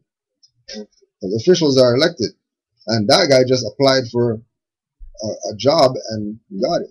At the same time, they were living in a gated community, so there could be some contracts that they signed to live in that jurisdiction of the gated community Right. that gives him Certain power. power. That's why he hasn't been arrested right now. Right. They probably signed off on that, to have that protection and have that freedom or security in that place and give him the position of the That's a watchman. good point too, because that's what they are. yeah, because the law that they were discussing was the Stand your ground. stand your ground, law. which has to apply when you're inside your own premises. And so sometimes I know with like certain even though they're houses, detached freehold houses, they come under the condo act. So each house is a condominium, right? You know, they pay, you know, a certain amount maintenance fee, and so they kind of come under the condominium act. So really, it's almost, if you really look into it, maybe it all comes under one property, just like you would have one building, condos is one property. So if it's like being a security guard inside a building. What he does inside the building isn't the same as what he does outside the building. Like I work at Yorkdale Mall. And say if I ran to Louis Vuitton store and I stole something, as soon as I walk out the gate, the door of Yorkdale Mall, the security can't touch it. Because, I can be in the parking lot looking at them, they're looking at me, and they can't do nothing. Stuff like this. They can't do nothing. Yeah, mans do that, you know. Mans do that. It's certain,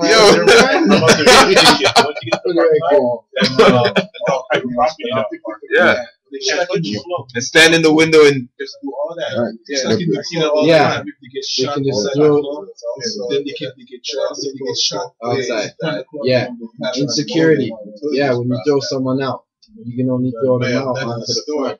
If you go outside, something happens to you. But that's the thing. But that's the thing with jurisdiction. And if they touch me outside and I get injured, that's a lawsuit on work. Right. They did that on a grand scale at the G20. They just set up the boundaries and they tested it out. Don't come. They even went through all the trials. Everyone got pretty much like nothing. Nothing happened to almost no officer. Maybe they used one to sacrifice him or whatever. But out of all that happened and all those people that were just picked out and the whole strategy that they had. So if the new Black Panther Party now, knows, okay, say if everybody knows what's going on, seeing like the Europeans know the game that they're playing, and there's big controversy on the new Black Panther Party now because there's still in the air the case of who assassinated Khalid Muhammad. Why did he get assassinated? From when he made the statement to say that I'm a Moor, and then all of a sudden now he's assassinated, right?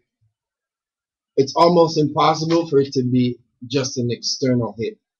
It had to be something from the inside, at least that was mixing with it. So it's clear that the new Black Panther Party has been charged with producing the story. What has happened to Khalid Muhammad? Till now, nothing. For the record, Malik Shabazz, I know he's done a lot of great work out there, but there's people out here as well that are just questioning him. We don't want to wrongfully accuse you, but you are a big candidate for his assassination. Straight. I'm not saying this. This is what we the people feel, right? And so, what's the cover up now, Malik Shabazz? If you know that, and it's out there in the world, Khalid Muhammad proclaimed his nationality, and you're the next leader now. So you're the Jesse Jackson to Martin Luther King now. And if we recognize that ritual that they played there was just a staged thing, right? These same things keep happening. They happen in the Nation of Islam. They happen on everywhere. The same exact format, template, exact. Same thing will happen with, and then now happen with Khalid. That same thing happened with Malcolm X. Same thing happened with Drew Ali. Same template, exactly the same. So here's the point. They know about this whole black and white game. The new Black Panther Party knows about the black and white game. They know about it. So this whole thing is a charade. Yes, it may have happened, but it's a charade. It's like they know, okay, you know about this whole black game, the black and white game. Let them, or tell them to put out this $10,000 reward. This is the first time I'm ever hearing this and seeing this, ever, on a case that's standard. Yeah. Right? And the standardness of this case is, and I know from doing my research in the Vanguard and learning the law, international law, how things apply when like, for example, the Treaty of Peace and Friendship between Morocco and the U.S. No more shall wound. 21. Thank you. If a citizen of the United States should kill or wound a Moor, or on the contrary, if a Moor shall kill or wound a citizen of the United States, the law of the country shall take place, and equal justice shall be rendered. The consul assisting at the trial, and if any delinquent shall make his escape, the consul shall not be answerable for him in any manner whatever. This is the founding of the United States of America. This what he just read. It's founded upon that. Upon an agreement between Moors and Europeans. That's the agreement. Right? So that's the first case with everything. Right? With their whole company. So then now what they do is... Hold on, for real? Yeah. The Treaty of Peace and Friendship, 1786. Yo, they had Skittles there too, man. Yeah, man. They know. So that's what they're playing off again, right? This whole wounding of a Moor. But here the trick though, it's not. But what they're playing off, this dude is what's his ancestry? Zimmerman. Zimmerman. Yeah, he's like, well, they're saying his name is German Jew, but he's Mexican but or he's something Mexican. like that. Thank you. So the name, see? So it's just a name. So it's actually playing off as a European name on the books, right? So it's this thing, Moor versus Strawman. It's a straw man, right? The Mexican dude took a straw man by the name of Zimmerman. But guess what? The Mexicans are Moor. Descendant or whatever you want to call it, but that man's a Moor, right? So it's a classic Black on black crime. Black on black crime. But this time now they're able to manipulate the people's emotions, and now it's the Willie Lynch dark versus light, or the Mexican versus Jamaican, or Mexican versus American, African American, or it's standard. Imagine, like, sit back and just put yourself in their shoes and just look how simple the game is that they play. They have a couple pawns, a couple Rex 84, King Alfred Plan agents.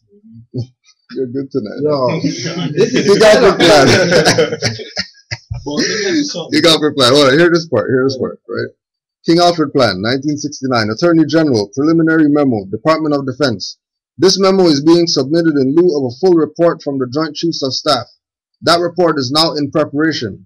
There will be many cities where the minority will be able to put into the street a superior number of people with a desperate and dangerous will. He will be a formidable enemy, for he is bound to the continent by heritage and knows that political asylum will not be available to him in other countries. The greatest concentration of the minority is in the deep south, the eastern seaboard, the Great Lakes region, and the west coast. While the national population exceeds that of the minority by more than 10 times, we must realistically take into account the following. An estimated 40 to 50% of the white population will not, for various reasons, engage the minority during an emergency. American armed forces are spread around the world. A breakout of war abroad means fewer troops at home to handle the emergency. Local law enforcement officials must contain the emergency until help arrives, though it may mean fighting a superior force.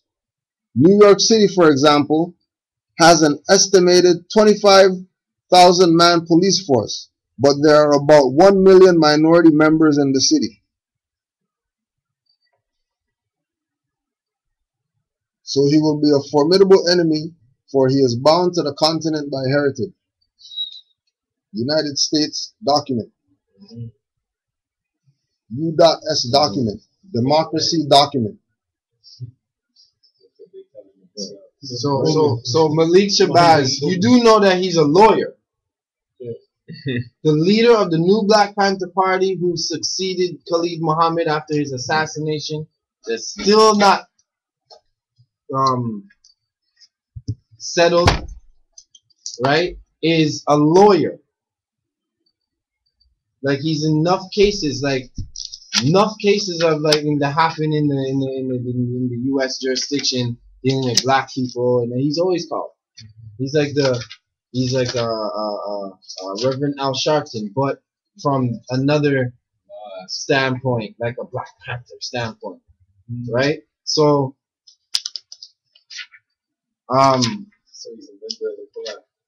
yeah, he's a member of the bar. All right. All I'm saying is that doesn't mean he's. But what I'm saying is that he understands the game. He knows the game. He made a statement to say the legal fact that the police did not arrest George Zimmerman. He knows. Now, he didn't say the lawful fact. He said the legal fact. He knows. That's bar talk. Thank you. After overwhelming probable cause, or even check his background or investigate the case in both shocking and unconscionable, conscientiable. Yo, I can't even pronounce that word. Unconscionable. Unconscionable. Conscious. Unconscionable. Unconscionable. What are you trying to say? No. Spell this out. Watch this. Right. Okay, no, because this is the stuff right here, right? UNCONSCIEN Hold on. Say it again. Sorry. Go over. UNCONSCIONABLE.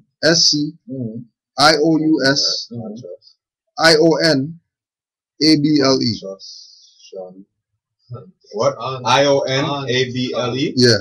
Unconscionable. Unconscionable. Unconscionable. That's how you say it. No, because there's conscious and then it says shun too. Okay. ION is shun. Here's why he used it. It's a legal term. It's a legal term. Oh, you're on Black's Law too?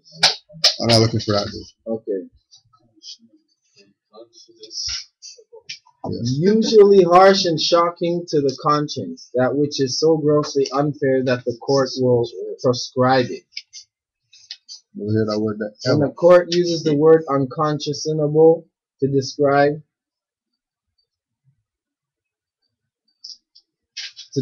conduct, it means that the conduct does not conform to the dictates of conscience. In addition, when something is judged unconscionable, a court will refuse to allow the perpetrator of the conduct to benefit. Okay. And contract law, an unconscionable contract is one that is unjust or extremely one-sided in favor of a person who has the superior bargaining power. An unconscionable contract is one that no person who is mentally competent would enter into, and that no fair and honest person would accept.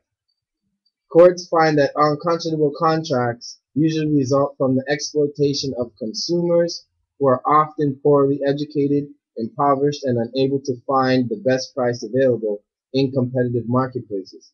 So he knows that this black brother is let me say there was the case is both shocking. He said the case is unconscionable. Yeah. So that in contract law is extremely one-sided and in favor of one person who's in a superior bargaining power position. So yeah. So the Zimmerman is in that superior position. Zimmerman, Zimmerman, and he knowingly that Zimmerman is in the superior position because that's what they're saying. If a black man was to shoot a white man, then he would be clearly arrested, right? Now, in the lawyer's mind, any lawyer that wrote that is like is saying one thing, and then the people are receiving it another way. Right. The people are thinking that he's saying, "Oh, it's because the color of my skin. If it was the other way around, everyone would be like, oh, you know what I mean? It's because he was white." No, he's saying legally, that's what's going on. So forget the race color thing. So forget, but what he's not doing is telling you that's what it is. That's what it is. So therefore, he is the other side. At the same time, he is kind of saying that because, as in color of law, everybody's color, but there are preferred colors. Right. There are colors that when labeled white, you are going to get a whole lot more leniency than somebody labeled black. So for him to been released without all of this questioning, he's already got the white label, and the other person is labeled black. So even on that level, and he's not even white; he's Mexican. Exactly. Right. But he got a white label by them running him as Zimmerman. Right.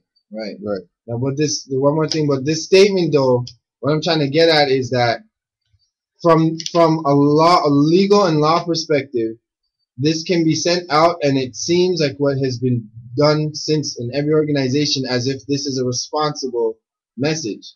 He didn't say nothing nor handle nothing. This duped the people. This duped our own people into thinking. So like he said it without saying it. But do you think he did this on purpose, or he did it? It might not be deliberate, or that he did it so that the mass can understand it. Right. Well, here what? He couldn't come in the terms like the real thing.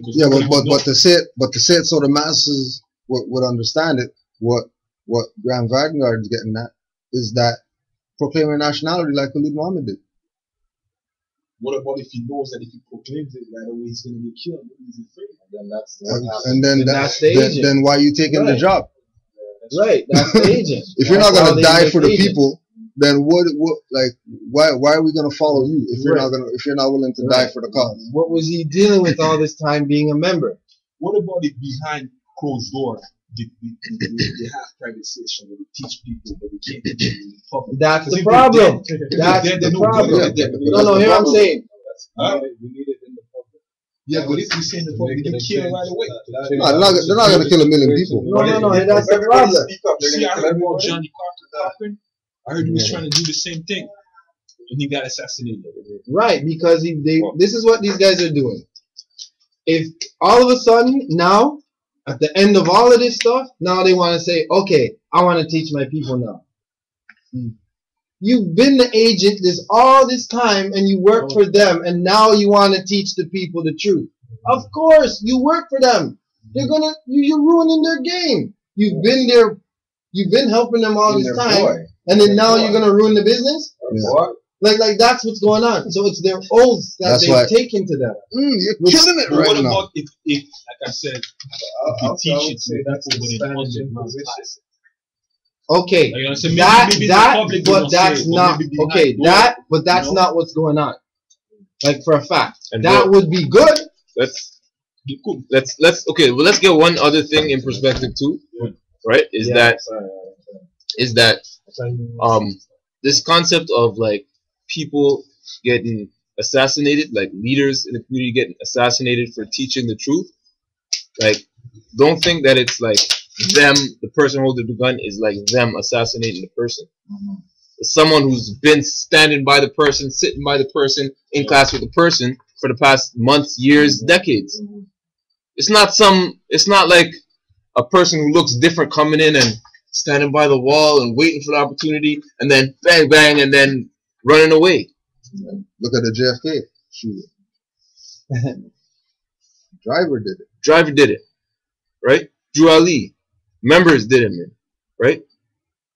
Martin Luther King. Martin Luther King. Everyone's like this. Yeah. Right? And Jesse Jackson, Malcolm X. Someone in the audience, just someone NOI. Ali Muhammad. Look at Malachi York. Well, this guy, did he get killed? He's in jail. He's in jail, but he might as well be dead. He's still in jail. He's 300 and something years or whatever. Oh. Like, you know what I mean? But why is it that goes down? Because of status. Either they get it because they get it, and you got to get them out, because if they tell the other members, then it's over, because that's the secret. But if it's a room full of people who all know their status, you're done, yo. If you want to be an assassin and you want to kill a Moor, like it said, anybody who kills a Moor is gonna have to be dealt with within the Moorish courts. Like, you're done. It's gonna happen because the people around them don't even know they're Moor. Right. Not there. I'm talking about here. Yeah. We're all Moors.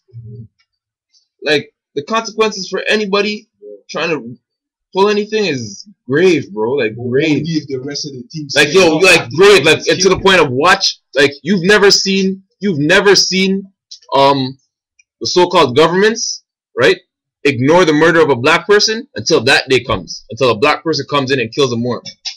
Because the Moors are gonna slaughter that person literally, and the governments are gonna just, like, they're not even gonna acknowledge it. Like, yeah, I don't know. We don't know anything about that. But that would only happen if when the person is killed, the rest of the team stand up and do what has to be done. Yo, we're Moors. Of course we're gonna do what has to be done. We've been doing what had to be done since forever. That's what we do. We do what has to be done. Right now we're not doing what has to be done. We're saying, we'll give $10,000 anybody who can catch that guy that we can't catch. And then go, in the meanwhile, we must do our constitutional rights and Florida law to organize a citizen's arrest in order to see that justice is constitutional done. Rights, right? So he's talking about constitution. All right. So that's probably why. So that's probably why. Because a lot of the time, a lot of the things that I do now, more and more, there's always a form that asks me, "What's your nationality?" Black, this and that. And I was thinking that the racists, they're trying to not give me the job, but basically they're just trying to want me to sign my rights off. Right. Right away. Because now they ask everything that has nothing to do with my color. I'm like, why are you even asking me what's my nationality? And I'm thinking they're just trying to like prejudge on me and this and that, but maybe what they're trying to do is just give up my status and sign when we need it. Yeah, well, they assume that most of people who look like you have already given up the status. So they're just confirming, like, are you just another stateless that would make sense. Negro? Okay, you are? Okay, cool. More and more now, everywhere you go, everything you do, they ask you that question. What's your nationality? And then you have to sign. Like, yeah, but why you think they're asking you that question? Yeah, but that's what I'm saying. Now it would make sense now. Right. Because first I was thinking back then, they're just trying to judge me, blah blah blah. But now they're trying to want me to sign off my right away on a contract. So that would make sense. No, but if you know what your status is, you wouldn't have any problem. You wouldn't answer black. Yeah, there you go. Yeah, right. Which is what the point from 1913 with Noble Drew Ali was. Yeah. You're not Negro, black, like it says it in the thing. You're not Negro, black, colored, Ethiopian. Because those names were given to slaves by slaveholders. So that's not your name. You're Moors. So right now they're getting out of control with that. No, we're letting them get out of control with it. Because we're not proclaiming our nationality. That's all it is. That's all. Noble Ali said, yo, if you don't do anything, just proclaim your nationality. That's all. You don't have to do nothing. You can still be a bum on welfare. Just proclaim your nationality. Like, that's all. So when you sign this form, you're saying I should write down Moorish, or should I just write really and truly, we shouldn't even be going to them for no jobs. Yeah, I know what I'm saying, but right? What I'm saying is that sometimes it's not even about a job. Now, like it's like a lot of the time you file whatever phone, like an apartment, and you ask me anything. Question, right? Yeah. Like, why are you asking me that question with things that has nothing to do with my color? But now that I'm knowing this, it starts to make sense. You know what I'm saying? Right. Now it's making sense. But that's all it has to do. You know what I mean? Once you're like, if it's something that I need, check it. But check it like this. Is it not possible that you could go to a place and they say, well, take this application, and you say, well, you know what, I have these papers, and you know that I'm giving you more information on these papers that's in your application, so don't even worry about it. And they take that and they take your papers and just say, well you know what? Yeah, they actually want to check you out. Here. Come sit down right now, actually, because you know. Wait, man. One more. Like March. No, you know, I was just gonna say, like with jobs, for example, right? I had a job where that happened, and there was the application form, same style that you're talking about. You know, you black, whatever, other. So I checked out other. And came in the rules like, oh, notice that you didn't check black. Like, why didn't you check black? Like, yo, I'm brown. Like, why would I check black? And he got a little, you know, that's funny, you know, whatever, you know. But then him and the other lady, both of them European, were like really talking about it. Like, yeah, that's really interesting, you know. Because we don't call ourselves white. We call ourselves white. I mean, world being or whatever. Do you think they knew too, or they just playing mind games? So, I mean, don't forget, they're offended by it, some of them. Yeah, like don't forget, Europeans study our stuff. They don't study European knowledge. Like when they say, I'm gonna go to school to study something. It's not. They're not studying European history. They're studying every other history, but they're not studying European history. And then you copy it and you sell it like their version. But they've been doing that from time though. When you look for music, it's the same thing with music. Rock and roll. Yeah. You copy it and then you sell it. Everything. Yeah. But why? Even with like the pyramid, when I was reading the document, they said that when they invaded, they started doing the same thing, like getting themselves, like when they get wrapped up in those things, and then writing in the history as if they were the one that did it. Right. So they've been doing the same time for time and just recycle on the time. But why is that?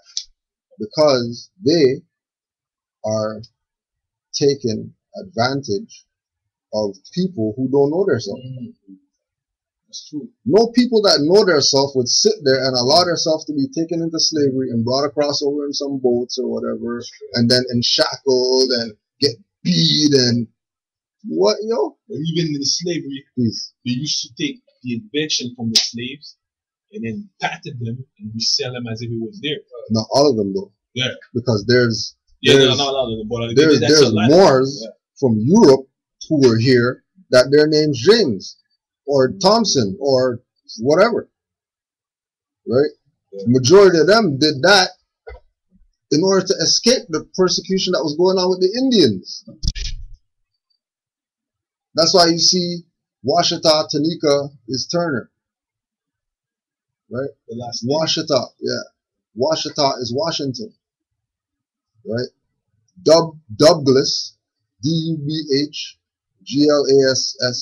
is Douglas. But Douglas isn't from this land. Douglas is from Europe. So like if Douglas is from Europe, like why is there a man here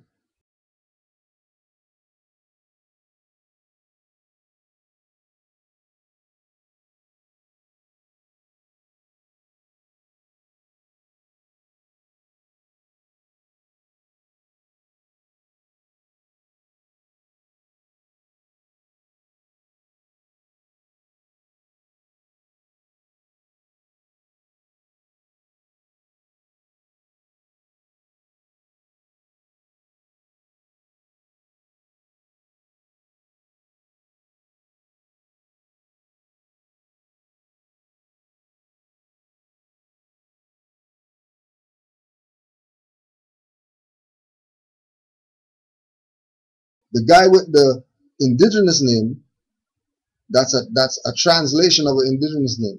Washington is a translation of an indigenous name, but that guy's the first president of the founding of the United States. Like, why not, you know, Barclay or one of those guys with that name? Why the Washington guy? Well, why? Why is that? Because you have to have an indigenous name in order to make a claim in indigenous land. The founding of this So in Ancient and Modern Britons, Volume 1, David McRitchie, right? We'll find out about the name Douglas. Page 205, whichever chapter this is. The Battle of Bannockburn then was not won by Scots proper alone, but by a greatly mixed multitude of which they formed a part. Many of the leaders were no doubt Scots, although the more distinguished were chiefly non-Scottish, and none of them, of whatever race, excelled that famous Scot, the Black Douglas. It will be difficult to find a better example of the Scot proper, and accordingly it is worthwhile to look at him and his lineage a little more closely. He belonged to the oldest sept of his clan, that known as the Black Douglases, a term which proves to be tautological when analyzed, since Douglas signifies the black swarthy man. The original is shadowy, but one tradition states that the first of the family distinguished himself by his bravery in a battle against Donald the White, a Norseman of the 8th century. From this half-mythical figure down to the good Sir James, who fought at Bannockburn, there is a fall of nearly 600 years, time enough for any amount of changes in the race. Indeed, there is a hint that such took place and a suggested alliance with the Flemish Freskin of Moray during the 12th century. However this may be, it is evident that Sir James Douglas inherited the blood of his swarthy ancestors, whether he was a lineal descendant of the 8th century Douglas or not. Quite likely he was not, but only a scion of the same tree. Barber has enough to say of him from the days of his youthful thoughtlessness in Paris down to his gallant death in Spain, but it is only with Barber's description of his complexion that we have to do here. And this, he says, was Sundale Grey. His hair being black, as already stated. Goscroft remarks that he is said to have been of a black and swart complexion, an expression somewhat stronger than that used by Barber. This dusky skin earned for him, say the historians, the title the Black Douglas, and it goes on, etc., etc. Right? So Douglas means person with dark skin. Right now, we were talking about earlier about, do the people in the higher, you know, in the government, do they know about this, right? Like, this is all their stuff. Like, this is not our own stuff that we're putting out there. Like, this is their stuff that's putting out there, right? So, right, but majority of them, right, like Grandfather got on it today, right? We talked about an oath, right? The reason why they can't talk about certain stuff is because they take an oath. So a lawyer, attorney, whatever, takes an oath not to reveal the lawful part, only reveal the legal part, because the lawful part is what's connected to we the people, and they can't know that that exists for them as a way to survive and live, because they want everybody to think that it's a democracy, right? So an oath is either a statement of fact or a promise, calling upon something or someone that the oath maker considers sacred, usually God as a witness to the binding nature of the promise or the truth of the statement of fact. To swear is to take an oath, to make a solemn vow. Those who conscientiously object to making an oath will often make an affirmation instead. The essence of a divine oath is an invocation of divine agency to be a grantor of the oath taker's own honesty and integrity in the matter under question. By implication, this invokes divine displeasure if the oath taker fails in their sworn duties. It therefore implies greater care than usual in the act of the performance of one's duty, which, as in testimony to the facts of a matter in a court of law, A person taking an oath indicates this in a number of ways. The most usual is the explicit "I swear," but any statement or promise that includes "with as my witness" or "so help me," with being something or someone the oath taker holds sacred, is an oath. So now there's the law enforcement oath of ethics.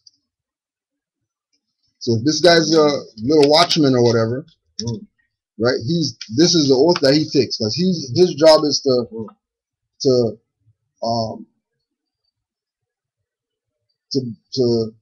have a guideline in what his job is to be, because his job of like a night watchman is real serious, and he has to have a gun, and he has to have pepper spray and whatever. So he has to have an oath that he takes, that he's going to follow a certain thing, right? So anybody in law enforcement, this is the oath that they take, right? And then if they violate this, then they can be sued just because they violated this, and because it's their job or whatever, that can't protect them, because they could be sued in their private capacity as an employee of whoever, and they can be in their public capacity as an employee, or in their private capacity just as somebody who violated the oath. So they're more understanding than us. Really and truly, yeah. That's why they're called public servants. Right.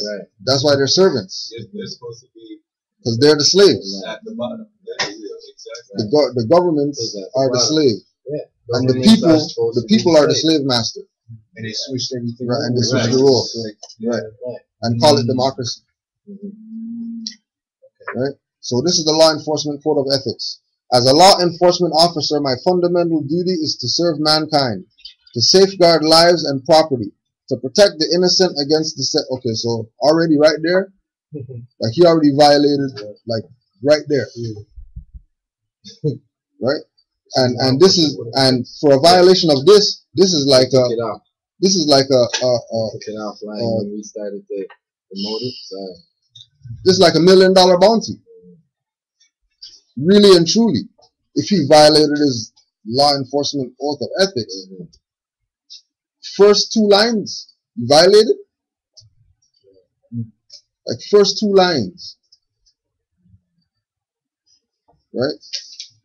Now, if he is violating this, right, then he has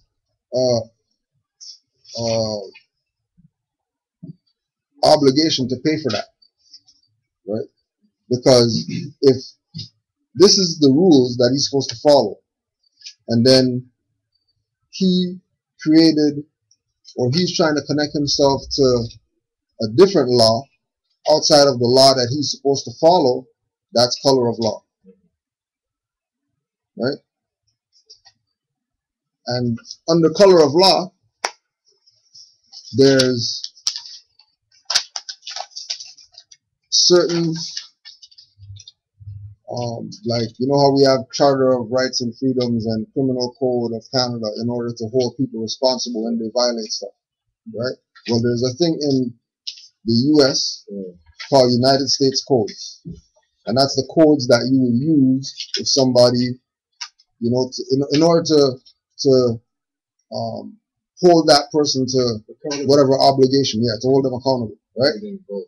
So this is called United States Code 242, deprivation of rights under color of law. So it's saying in this code that there's this thing called color of law that people could violate, right? And then there's punishments for if they violate, right? So whoever under color of any law, statute, ordinance, regulation, or custom willfully subjects any inhabitant of any state, territory, or district to the deprivation of any rights, privileges, or immunities secured or protected by the Constitution. Right, remember, Malik Zulu Shabbat is talking about the constitutional rights, right? Okay. Or laws of the United States, or to different punishments, pains, or penalties on account of such inhabitant being an alien or by reason of his color or race than are prescribed for the punishment of citizens shall be fined not more than $1,000 or imprisoned not more than 1 year or both. If bodily injury results shall be fined under this title or imprisoned not more than 10 years or both. If death results, shall be subject to imprisonment for any term of years or for life. That's United States Code 242 under deprivation of rights under color of law, which is what Zimmerman did because he took an oath to uphold he had a code of ethics to uphold law enforcement and to protect the constitutional rights of the people, and he violated that. So how come they're not pulling him up on these charges? Because they have lawyers that work for them. It's not like they don't have lawyers. It's not like it's not like they don't have Black's Law Dictionary, right? So to say that they don't know is a fraud, because they know, because they have lawyers. Same thing with the Malachi York L. They got lawyers. So if you have a lawyer, then like what's the problem? What about if the lawyer? Well, you just said it. Sometimes the lawyer took the oath not to reveal the lawful thing, only the legal aspect of it. Okay. That's what they do. So maybe that's why those guys don't know, even though they have the lawyer. Okay, the lawyer's not telling them the lawful aspect of it. No, but the lawyer can't. Can't. Because because the lawyer deals with legal stuff. Yeah, so that's why maybe they left in the dark. But they're the ones that went and got the lawyer. See how we do it to ourselves? Mm-hmm.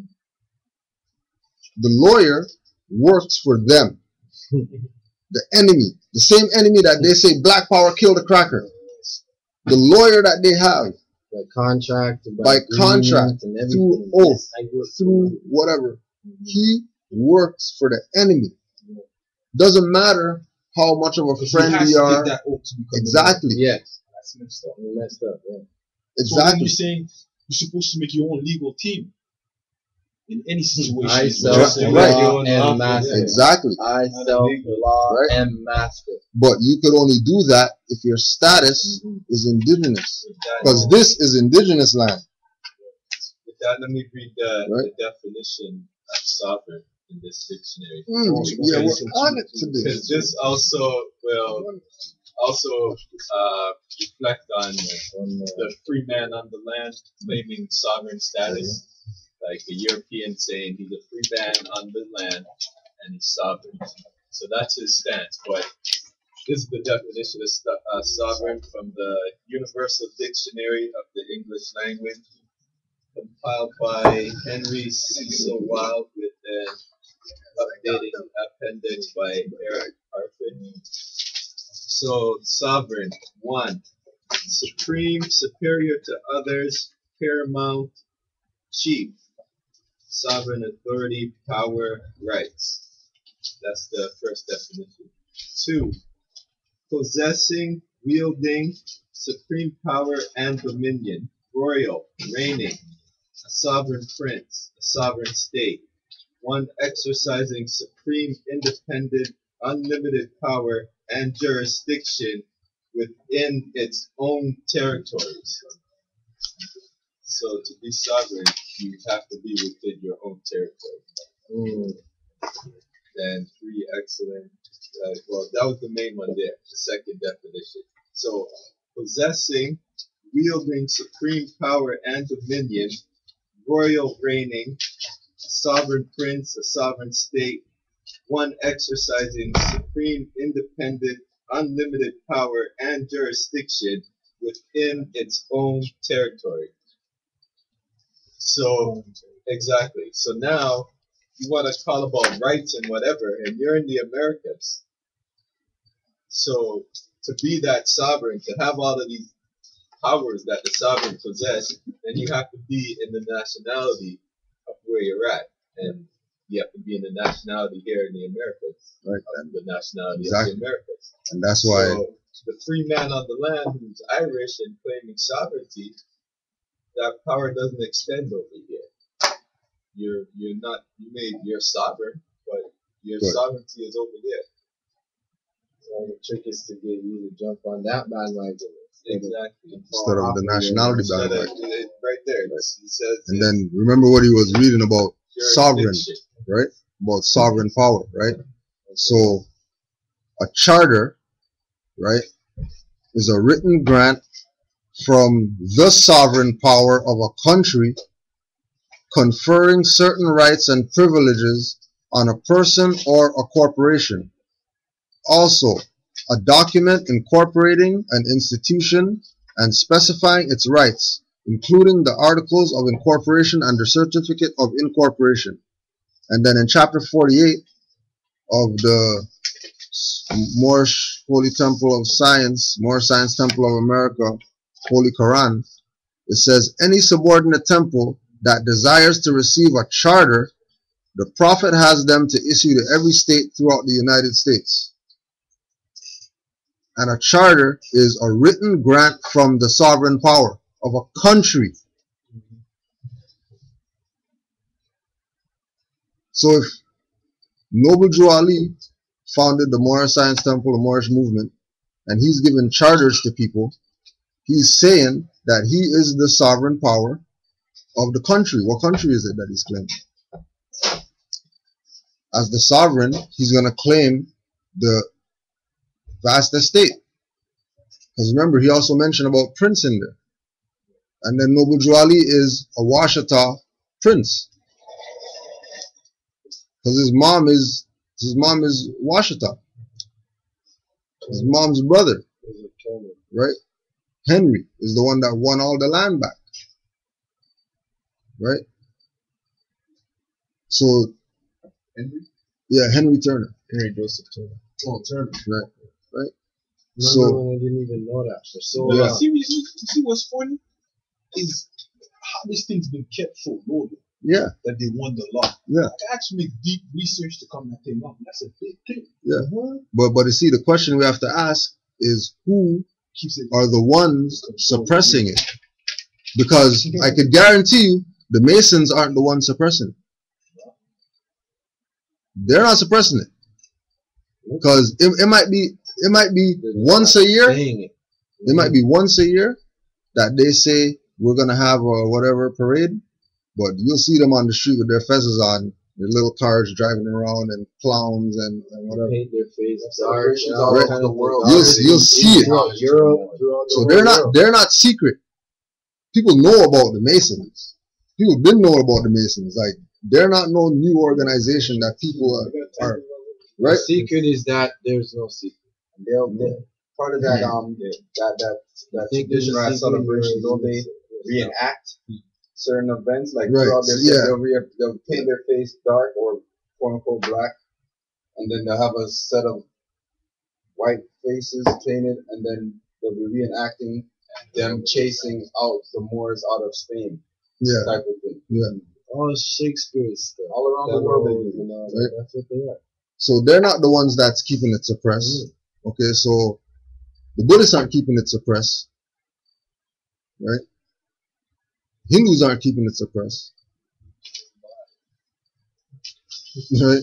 So then it's not that it's being suppressed, but it's that the people themselves don't go for the knowledge. What you said. Or there's a middleman. There's the preacher problem. Maybe it's that that might be part of it, or that is part of it. That preacher, they translating the Bible to you in his own style. Or then maybe the only secret is the lack of knowledge, because most of these people don't know.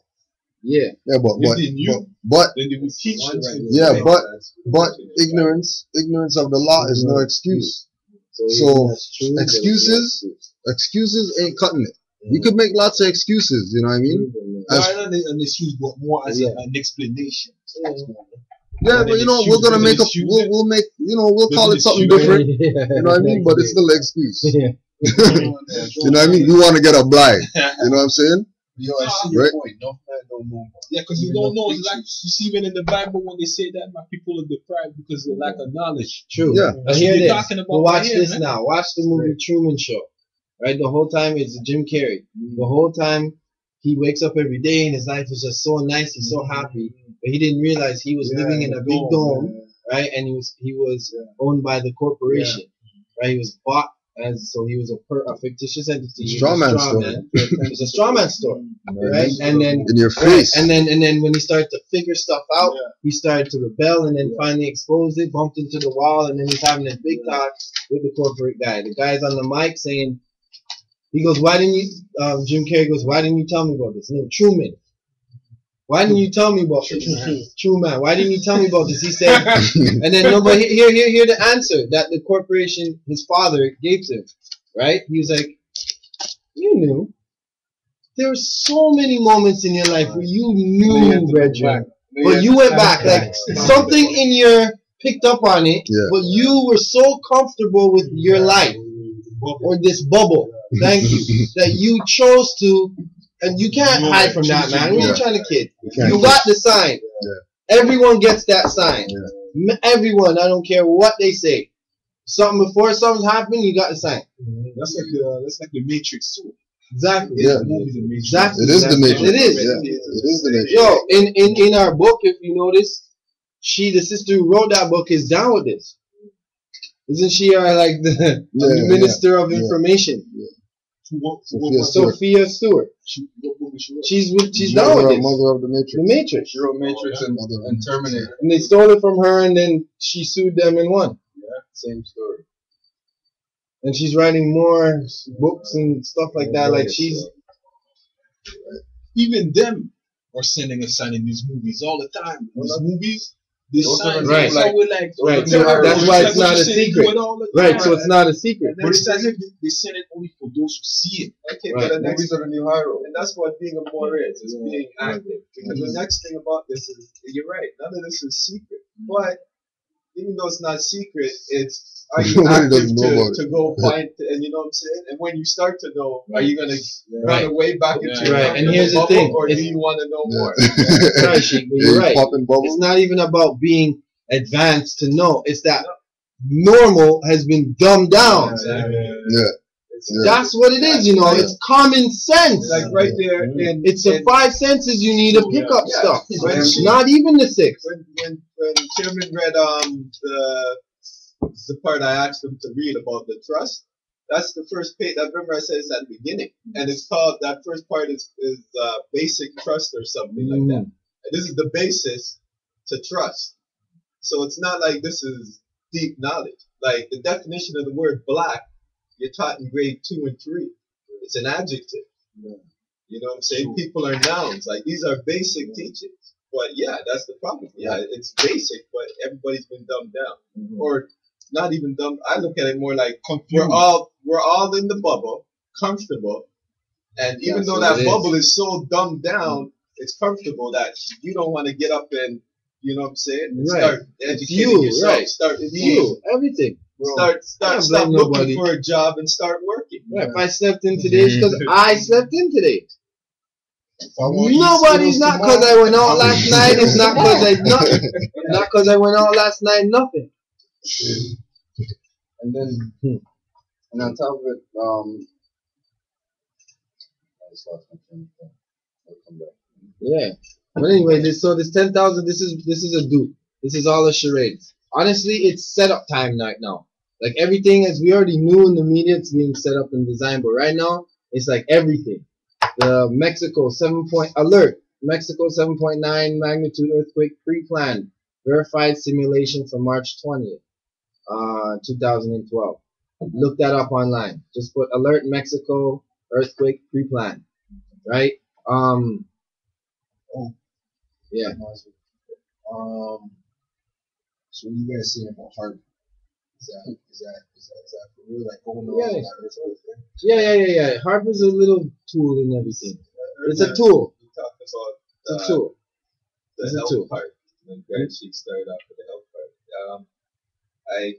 I've read something, I can't remember how long it's been, what convention they have, but you know, the WHO, the World Health Organization, in their convention, and you can find this in the actual write up for the whole convention, what's it called, the minutes and transcripts, whatever, where they said that they use food as a weapon, like as like what they're trying to do their population control or whatever. Like they say that at the World Health Organization, like they talk about putting the stuff in the food, like food is our population control. Like, on the website, like they have it. They have to kill a certain amount of people by a certain amount of time. Or even music. They use music to like distort some of the prisoners in jail and things. They use music out here. I'm not. Yeah, there's a lot of weapons, but I'm just saying, like, understand that your health is important. You got to do these certain things to maintain your health, keep the temple clean. But you see what it is. You see what's the biggest tool though? The biggest tool that they always use for these things is always the television and the media, see? And the television. It's always through that. Like, I don't know if you guys ever read, you guys know about the Quran, the Arabic one, right? You ever read the description of the Dajjal? The Dajjal by the Prophet Muhammad. Okay, well, the Dajjal is like one of the big things that they say that's going to come in before the end of time, after the invasion of the Gog and Magog, is how we probably speak. And like, there's like a lot of description in it. A lot of description of what the Dajjal is supposed to be. They say, oh, it's going to be born with one eye. And every time that he's going to show you something that's going to be right, it's going to be wrong. You know what I'm saying? When he's going to show you something that's going to bring you to heaven, it's actually going to bring you to hell. He's saying the biggest amount of followers from the Dajjal is going to be women. The Dajjal, like a whole bunch of description that they're saying. That you probably could see it on the internet. You know what I'm saying? The thing is that most people think that when they speak about the Dajjal, they're talking about somebody that's going to be born with one eye or whatever they say. But I came to realize that, for me personally, I came to realize they're talking about television. They even speak about the Dajjal. They say when he's going to be asleep, his heart going to be awake. You know, so I realized, you know, when they say that, they're talking about the power cable. Because even when the lights is turned off on the cable, the heart's still awake. When they say he's going to be born with one eye, that's the one eye of the television right here. When they say they're going to show you, every time they show you something that's right, it's always wrong on television. You know what I'm saying? When they show you an enemy or whatever before they attack or go to war in the country, they show that that person is bad, this and that. Most of the times because that person was doing something right. But the people believe him. You know, and the people all follow the Dajjal. Understand? And you see most of these Muslims, like 99% of these Muslims don't know. They read this and they're still waiting for somebody that's going to go with one eye. You know what I'm saying? But it's not that they talk about the television. When they talk about most of his followers going to be women, because when you look at television, most of the commercials to sell stuff, most of the music buyers, CDs, you know what I'm saying, is women. And then there's another description that they talk about the fathers are going to be tying up their daughters to the chair because all the daughters are going to follow the Dajjal. What are they talking about? Talking about when all these girls start dressing up with like the short skirt and thing for following this, start acting like Britney Spears, start doing this and that. And most of the followers from television is the woman. Right. Yo, perfectly on point. That's the point I'm trying to get across about us, and more just be mindful of when you see any kind of media hype about something. Don't put down your guard because it's about a brother. You know what I'm saying? Like it's charade time. Like on every level, they did it. Probably that was a charade. What they did over here the other day. People in the States are like, yeah, that looks like a charade. Like that's stupid. Like that was stupid. And everything's a charade. So what it is that, yo, this is such a charade that it's affected so much people for the whole week. All I saw on my messages, emails, people sending around on BlackBerry, if you even have it. And it says, let me just read out to you how it affects people. Now, this is how people internalize this now. It says, I was shot and killed in a residential neighborhood. My cell phone is on me and my friend is on the phone. I am found to have been crying, carrying only a bag of candy and a drink. 911 calls from neighbors record my screams for help. In the moments before my death, no one uses my cell phone to locate my family. No one canvasses the neighborhood to see if someone there knows me. I had no weapon or drug. I am a John Doe in the morgue for 3 days, but my body is tested for drugs and alcohol, while my killer is not tested for anything. My killer is questioned and released, and he is still free today. I am Trayvon Martin, a young, handsome, talented, and in capital letters, black male who did nothing to deserve this, and we are better than this. We're better than this. Repost this to get justice for Trayvon Martin and his family. It could have been any of us. Rest in peace. Okay. So, sound like the same old. right, same old. But here the thing is, if you notice the setup of what happened, by the person calling in and saying, I'm being threatened. I'm going to defend myself. That's his claim. What's the body's name that got killed? Trayvon Williams. What you just read on that screen? I just read on this Trayvon Martin. That's how I can hear Trayvon Martin. Now the black, okay, so I don't know, yo. This Black Panther Party release thing here says Trayvon Williams. There's a bounty.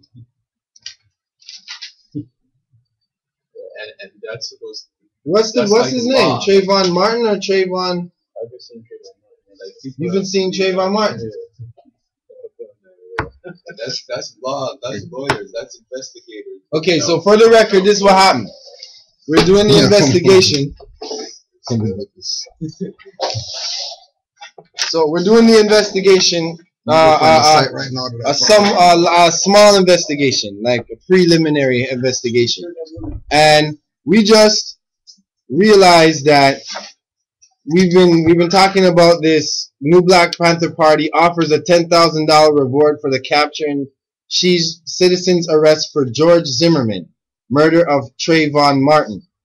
Then it says breaking news: the Black Panther Party is self-defense U.S.-based national activist group. That was offering $10,000 reward for the capture and arrest of George Zimmerman, the shooting murderer of the unarmed Trayvon Williams. So one party says Martin. Yeah, one part says Martin, one part says Williams. So just take that into consideration. But what he was doing was the man.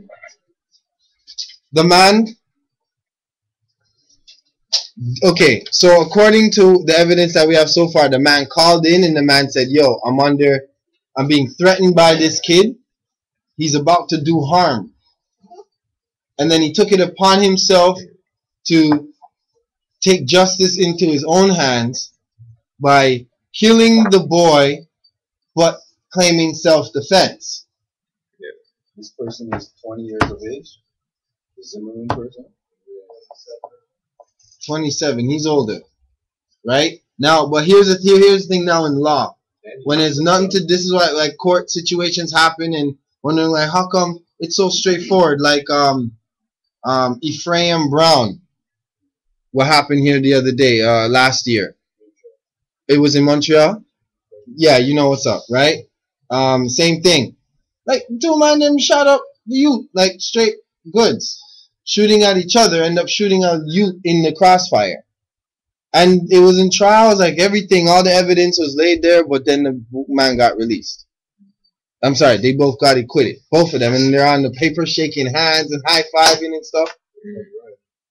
And because right, and that's what they wanted. But how they're able to do it is because of these situations. According to international and all treaties, including the one where no Moor shall wound a European or a European shall wound a Moor, and justice shall take its course. So if you come in my land, you wound, you got to deal with my courts. If I go in your land and I'm hurting you, I got to deal with your courts, right? And have a representative from my, you know what I mean, my consulate there. What he did was that they protected themselves in law. He's claiming to act in self-defense. That's all that's going to say for the record, right? Legally, lawfully he's covering himself, right? They're operating under color of law, of what Grand Sheik said. So they're making up some new thing now where they're going to go into the courts or whatever after all this charade and hype and emotional stuff has swayed our people all over the place, right? After all that, Then now they're gonna have a court case and they're gonna have him on trial and it's gonna be this big O.J. Simpson type level talk kind of thing. Then it's gonna come out, free him, riots, right? Because they're gonna drop the Dred Scott on him. You know what I mean? They're gonna drop the fact, and part of the defense is gonna be clearly I called and I have on record that I'm operating in self-defense. It has to be proven. The defense now, the black youth has to prove that that guy was not acting in self-defense.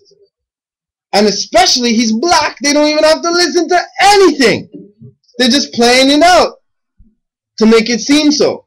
So the whole thing, honestly, is capitalizing, turning into a movie. And so everyone is just emotionally swayed and we're going to follow it. How much people are just on The website is dayofactionmovement.org. If you didn't hear that, dayofactionmovement.org. That's where the wanted poster says Trayvon Martin. Right, Trayvon Martin, and then, That says Williams. but this says Williams. And then, I don't know if that's a middle name or. Right, we don't know what's going on with that. The bounty would have the right name on it. Right, yeah, the bounty should have the right name on it, right? Trust me, it should. It should. Right? Now, the bounty is also asking for a citizen's arrest. So that's going to cause another problem now. Because who in the black community is a citizen? None of them. None of them. That's citizenship. So they're going to now be like what happened here with the Chinaman in the Chinese store. Remember in Chinatown? He chased the man. Some youth was stealing every day. Flowers. So he finally set up, said, ha ha, yeah, I'm going to get him. So he chased him on the street, did the citizen's arrest thing, and that Chinaman got in trouble for it. He was in court. It was a big thing. He got in trouble. He was arrested after, like they came for him. There was a warrant for his arrest and blah, blah, blah, blah, blah. Because that Chinaman is Chinese national who cannot operate in the capacity of a sovereign or a citizen to make a citizen's arrest. That's what it was about. Like that was outwardly, that's what it was about. He's not in a proper status to make that claim or to make that arrest. Right? A Moorish national, this, yeah. That's the part called on the kettle black, though. The police do it every day. They do it every day. That's color of law. That's what they call color of So law. hold on. So that's where they Color of authority, yes. They came down with the police on the Chinaman? Yep. Yeah. That's funny, right? They're charging you with what they're doing. So they're doing it. That's messed up. That's the part called on the kettle black, though. That's the part calling the kettle black. So that's what they call that whole act right there. It's called color of authority or color of law. So they're passing off fake law as real law, and people are just accepting it and fall for it. If the people based on the scriptures that he said, people die for lack of knowledge. Yeah. So if you don't have knowledge, then you get taken advantage of. Simple, like real simple. If you don't know, there's a man there willing to shake some dice and take you home. Well, that's why the whole society basically is just based off keeping dumbing people down. Just dumbing, right, keeping you down. So this is the importance of the black leaders who are set up by Rex 84 or King Alfred Plan, COINTELPRO, Willie Lynch, Treaty of Verona, like it designed and set up to keep them there, right? Keep them there, keep them the leaders. Farrakhan, give him a new fur coat every year, a new Cadillac, his new mansion, and the people will stay the same. But like, yeah, you're right. I hear you on that, but I know you have a respect, and I have respect for all the brothers where respect is due.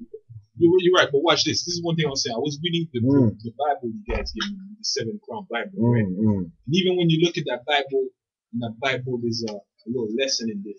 Because whenever Jesus was learning, there was a different chamber. Every time. There was the faith, there was what? The honor, what was it? The bravery. There was about 6 or 7 of them, right? Right. But Jesus had to cross each one of them by himself to go to the other level. Right. He didn't. The guy that was in the first level taught him something that was at the first level only. He didn't teach him everything. Right. He took care of that first chamber. Right. When Jesus had the knowledge, then he went to the other level. Right. And on the new level, right, it was always new priests right that came to teach him. And Right. it wasn't everybody that was allowed. Right. Okay, That's now- one thing. Now, It's the same thing with the Yeah, leaders, right? but hear what I'm saying. They're starting from common sense, working their way up. We're starting from underneath the seat. That's the problem. You're talking about Yeshua 2,000 years ago when he's amongst educated people, spiritual people.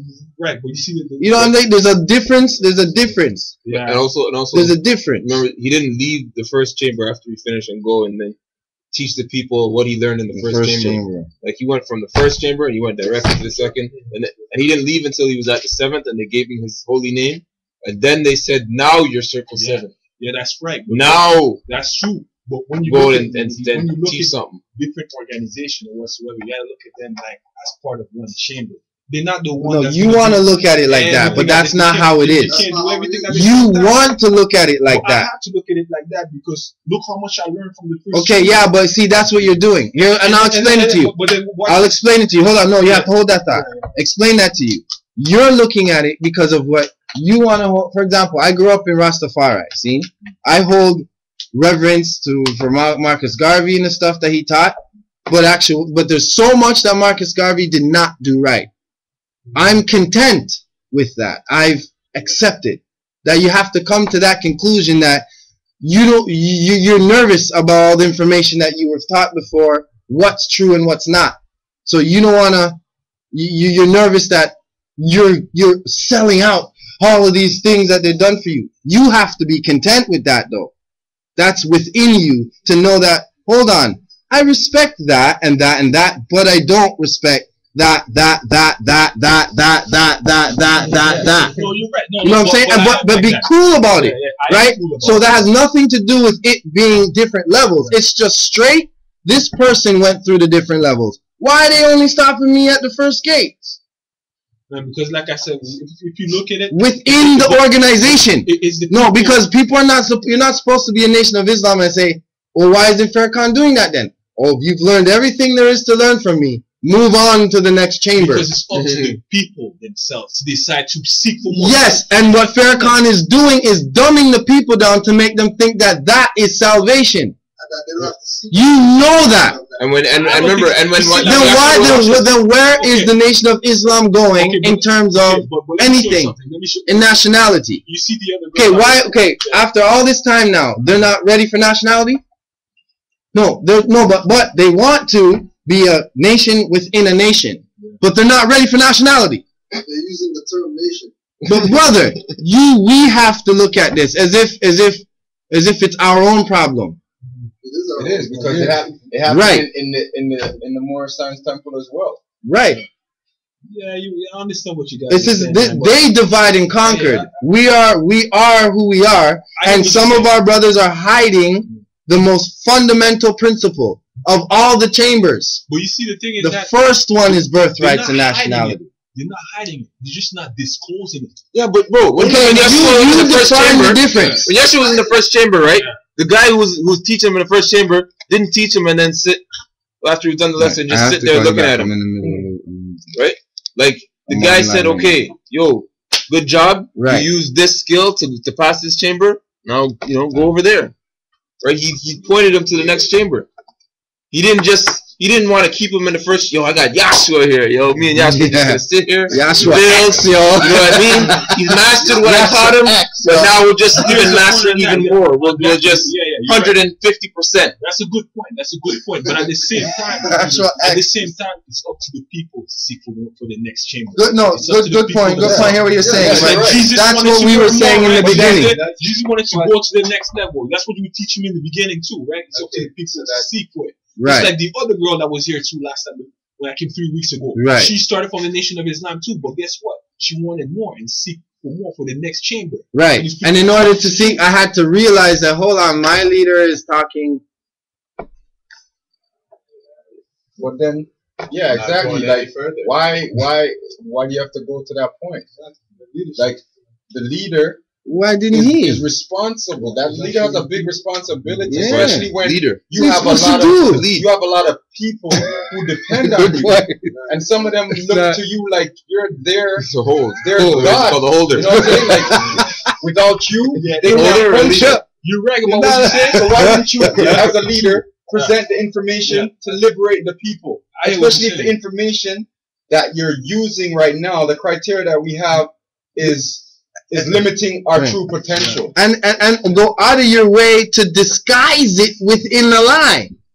Like to go out of your way to particularly word things so it's not disclosed because of the oath, yes, we know. But to go out of your way to not disclose it, but have to say something, that's a politician's textbook strategies. They lie. Right, they lie. And these people are playing politics. It ain't nothing personal. Yeah. We're trying to, it's about the people, right? And we're growing up now, man. Yeah, like, so, like, it doesn't matter who it is. Like, you're suppressing and holding back our people, then it has to be, you have to get called out. And it'd be different if Jurali didn't bust this yet. This been bust first. And then these mans are coming 50 to 100 years later. The Nation of Islam. Like that's, come on, man.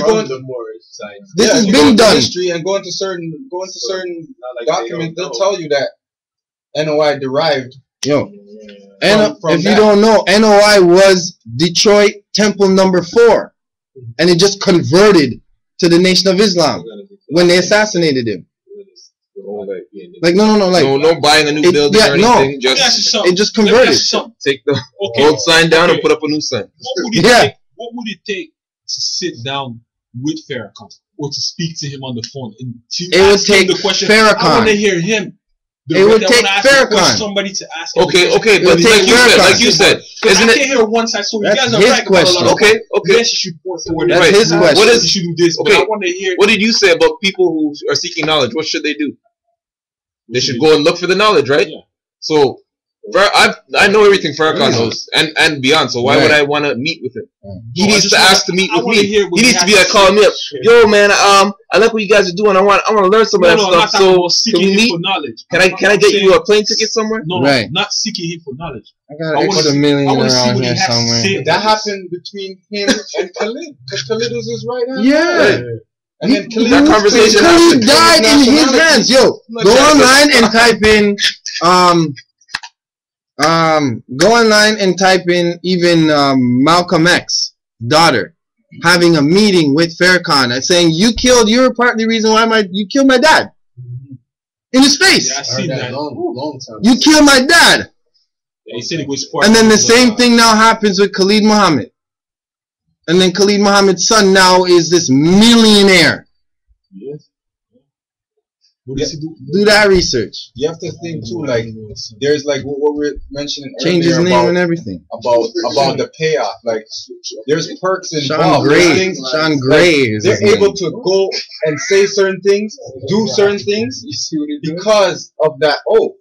That's why they're able to perpetuate and say whatever they want.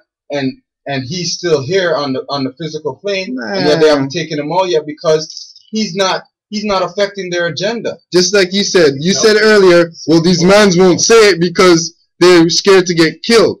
But nobody can talk like Farrakhan. No, he tells you to kill the cracker. Straight plain, and teaches and preaches hate to crackers. I'm not talking about if it's right or wrong, but that's what he does. See? Only one on the planet that can do that. What about if God himself is protecting him? Okay, well then he's using the Jews to protect him. Thank you. The same people who he's blasting, his whole campaign is I hear what you guys are telling me. I hear exactly what you guys are telling me. But it's like, I feel like the man dropped too much knowledge for it to be a one-way. So did the Pope. The Pope dropped more knowledge than Farrakhan can even think of. The Pope has dropped more. The Pope has dropped more knowledge. Like this guy dropped knowledge. Yeah, but there's a difference between dropping knowledge and being able to put the knowledge. Okay, look what the Pope did. Yo, he put it in my. Yo, he put it in the book, yo. You put it in the book. You want to put someone said you put it in the book. The book, though. Farrakhan got the power to reach the people. You gotta have a certain power, bro. You're given the power. Yeah, you're given the power. Can they not reach the power of? Oh no, definitely. Like Barack Obama. No, I agree. Agree. But whose team is he on? Who? Barack Obama. I think Obama had a good heart, but now he's caught up because he took an oath too and he can't go against it. Same thing with Farrakhan. Exact same thing. But I gotta Why still would talk Farrakhan take the black. Pope? Because he's a Mason. Still perpetuate black. Yeah, you know what? That would make sense. So why- He knows. He says it. But he still sends as much Where's information his as he can. Bro. So does the Pope. Right? The more information you send, I'm not against you. I'm just also. This is how we have to And start I'm thinking. thinking. I want to have a. I want to sit down next to him, man. Okay, watch this. I want somebody who can Email him.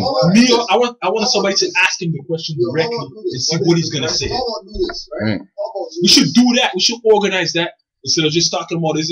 We organize it. We sit down face to face. That could be done. We're online talking Yeah, about it. you should see all the people that have been trying to. You should see all the people that have been trying to. Do some research and find out how many people Okay, well, have that's been them. How trying about to. us? How about we do it? Okay, Yo, And don't even like close the coming deal to on this Canada. case once and once for all. Somebody Okay. claims it. okay, We put a little money. He's gonna we say send one something. of us in a trip. okay, yo, do it. You got your idea. Hold on. Yeah. Somebody feels it. Yeah. Islam. why don't you, right? Why don't you, because last week I emailed the Library of Congress, right? Yo, I need to get some information about the Moors, could you just send me whatever. And they sent me a book list with maybe like 10 books on it, right? Like 2 days, right? How about you, Nation Islam has a website, right, with Farrakhan at the front of it, and they have a part that says contact. You can click send an email. How about you link them, right? Put down your name, let them know what you want Farrakhan for, and let me know the reply that you get from them. Why not? If you're gonna say, let's do it. Good point. What's the website Good address? point. That's it. What's the website? NOI.org. That's good. See, right. So here's the thing. That's the spirit, and that's what been going on. Man's been okay in the city. Personally, we witnessed Grand Sheik. We've talked to everybody. Grand Sheik's talked to every group, everybody, Nation of Islam's here, who are representing Farrakhan and everyone, and everybody else is just like, nope. They don't want to hear none of this. Big up to my brother Miran X too. All right. Yeah. He's getting on it now. Yeah, he's getting on it now. Right. Right. But what happening with the mans them that are on it? They're realizing that, hold on, Farrakhan's not talking this. It's real. No, they are Nation of Islam mans right now, and they're like, yo, something's up. That's just straight up what it is, and they're still Nation of Islam, so you don't have to feel threatened. No, I don't feel threatened. Okay, cool. And I'm not even Nation of Islam, man. Right. Just a scholar. Study. Right. Like, yo, Marcus Garvey's the forerunner to Prophet Drew Ali, according to our Circle 7 and Drew Ali. However, he made enough mistakes. No, but he's our forerunner. So that spirit of understanding this mistake is there. Like, we understand it. It started out with that understanding. Yeah, we know Marcus Garvey prepared people at least a little bit, but that's taking us to that second chamber. We've been there 1920s. Right, like the understanding that common conscious people are going to say Canaanites are European. Right. Right? But Noble Drew Ali said we're all Canaanite temple. Right. But I didn't see no Europeans going up in his temple. Right? And then when you do the research, you know that the Canaanite, Moabites, was it Amhorites? Amorites, yeah. With an H in it, right? Or sometimes not. M-O-R. Right? A-M-O-R. Those people are Hittites. the same people. Different names. Hittites. Same people, different names. Yeah. And more that we don't even know of at the time that they were called, that they were, you know what I mean? Who knows, man? Who knows? And then, like you have to look at it too like this, like, say the freaking all the brand names as far as the islands. If you line up all the island people them together, you're not gonna know which island they're from. Mix them up. Some of them, if you study phenotypes and stuff like that, you might be able to tell, like, okay, these people are from, they look like they're this, but it won't be just that place. There'll be like 3 or 4 places. And then on the you island get shocked. that those Yeah. people could be from. Yeah, you get shocked. Oh, Right? you're not from. So it's Oh, just shoot. names. You know what I'm saying? And it's like who inhabited the landmass at the time and what they were doing. They had different customs that part of the landmass. Sorry, Traditions, rituals. sorry to bring up Farrakhan again, but Farrakhan and Barack have an agreement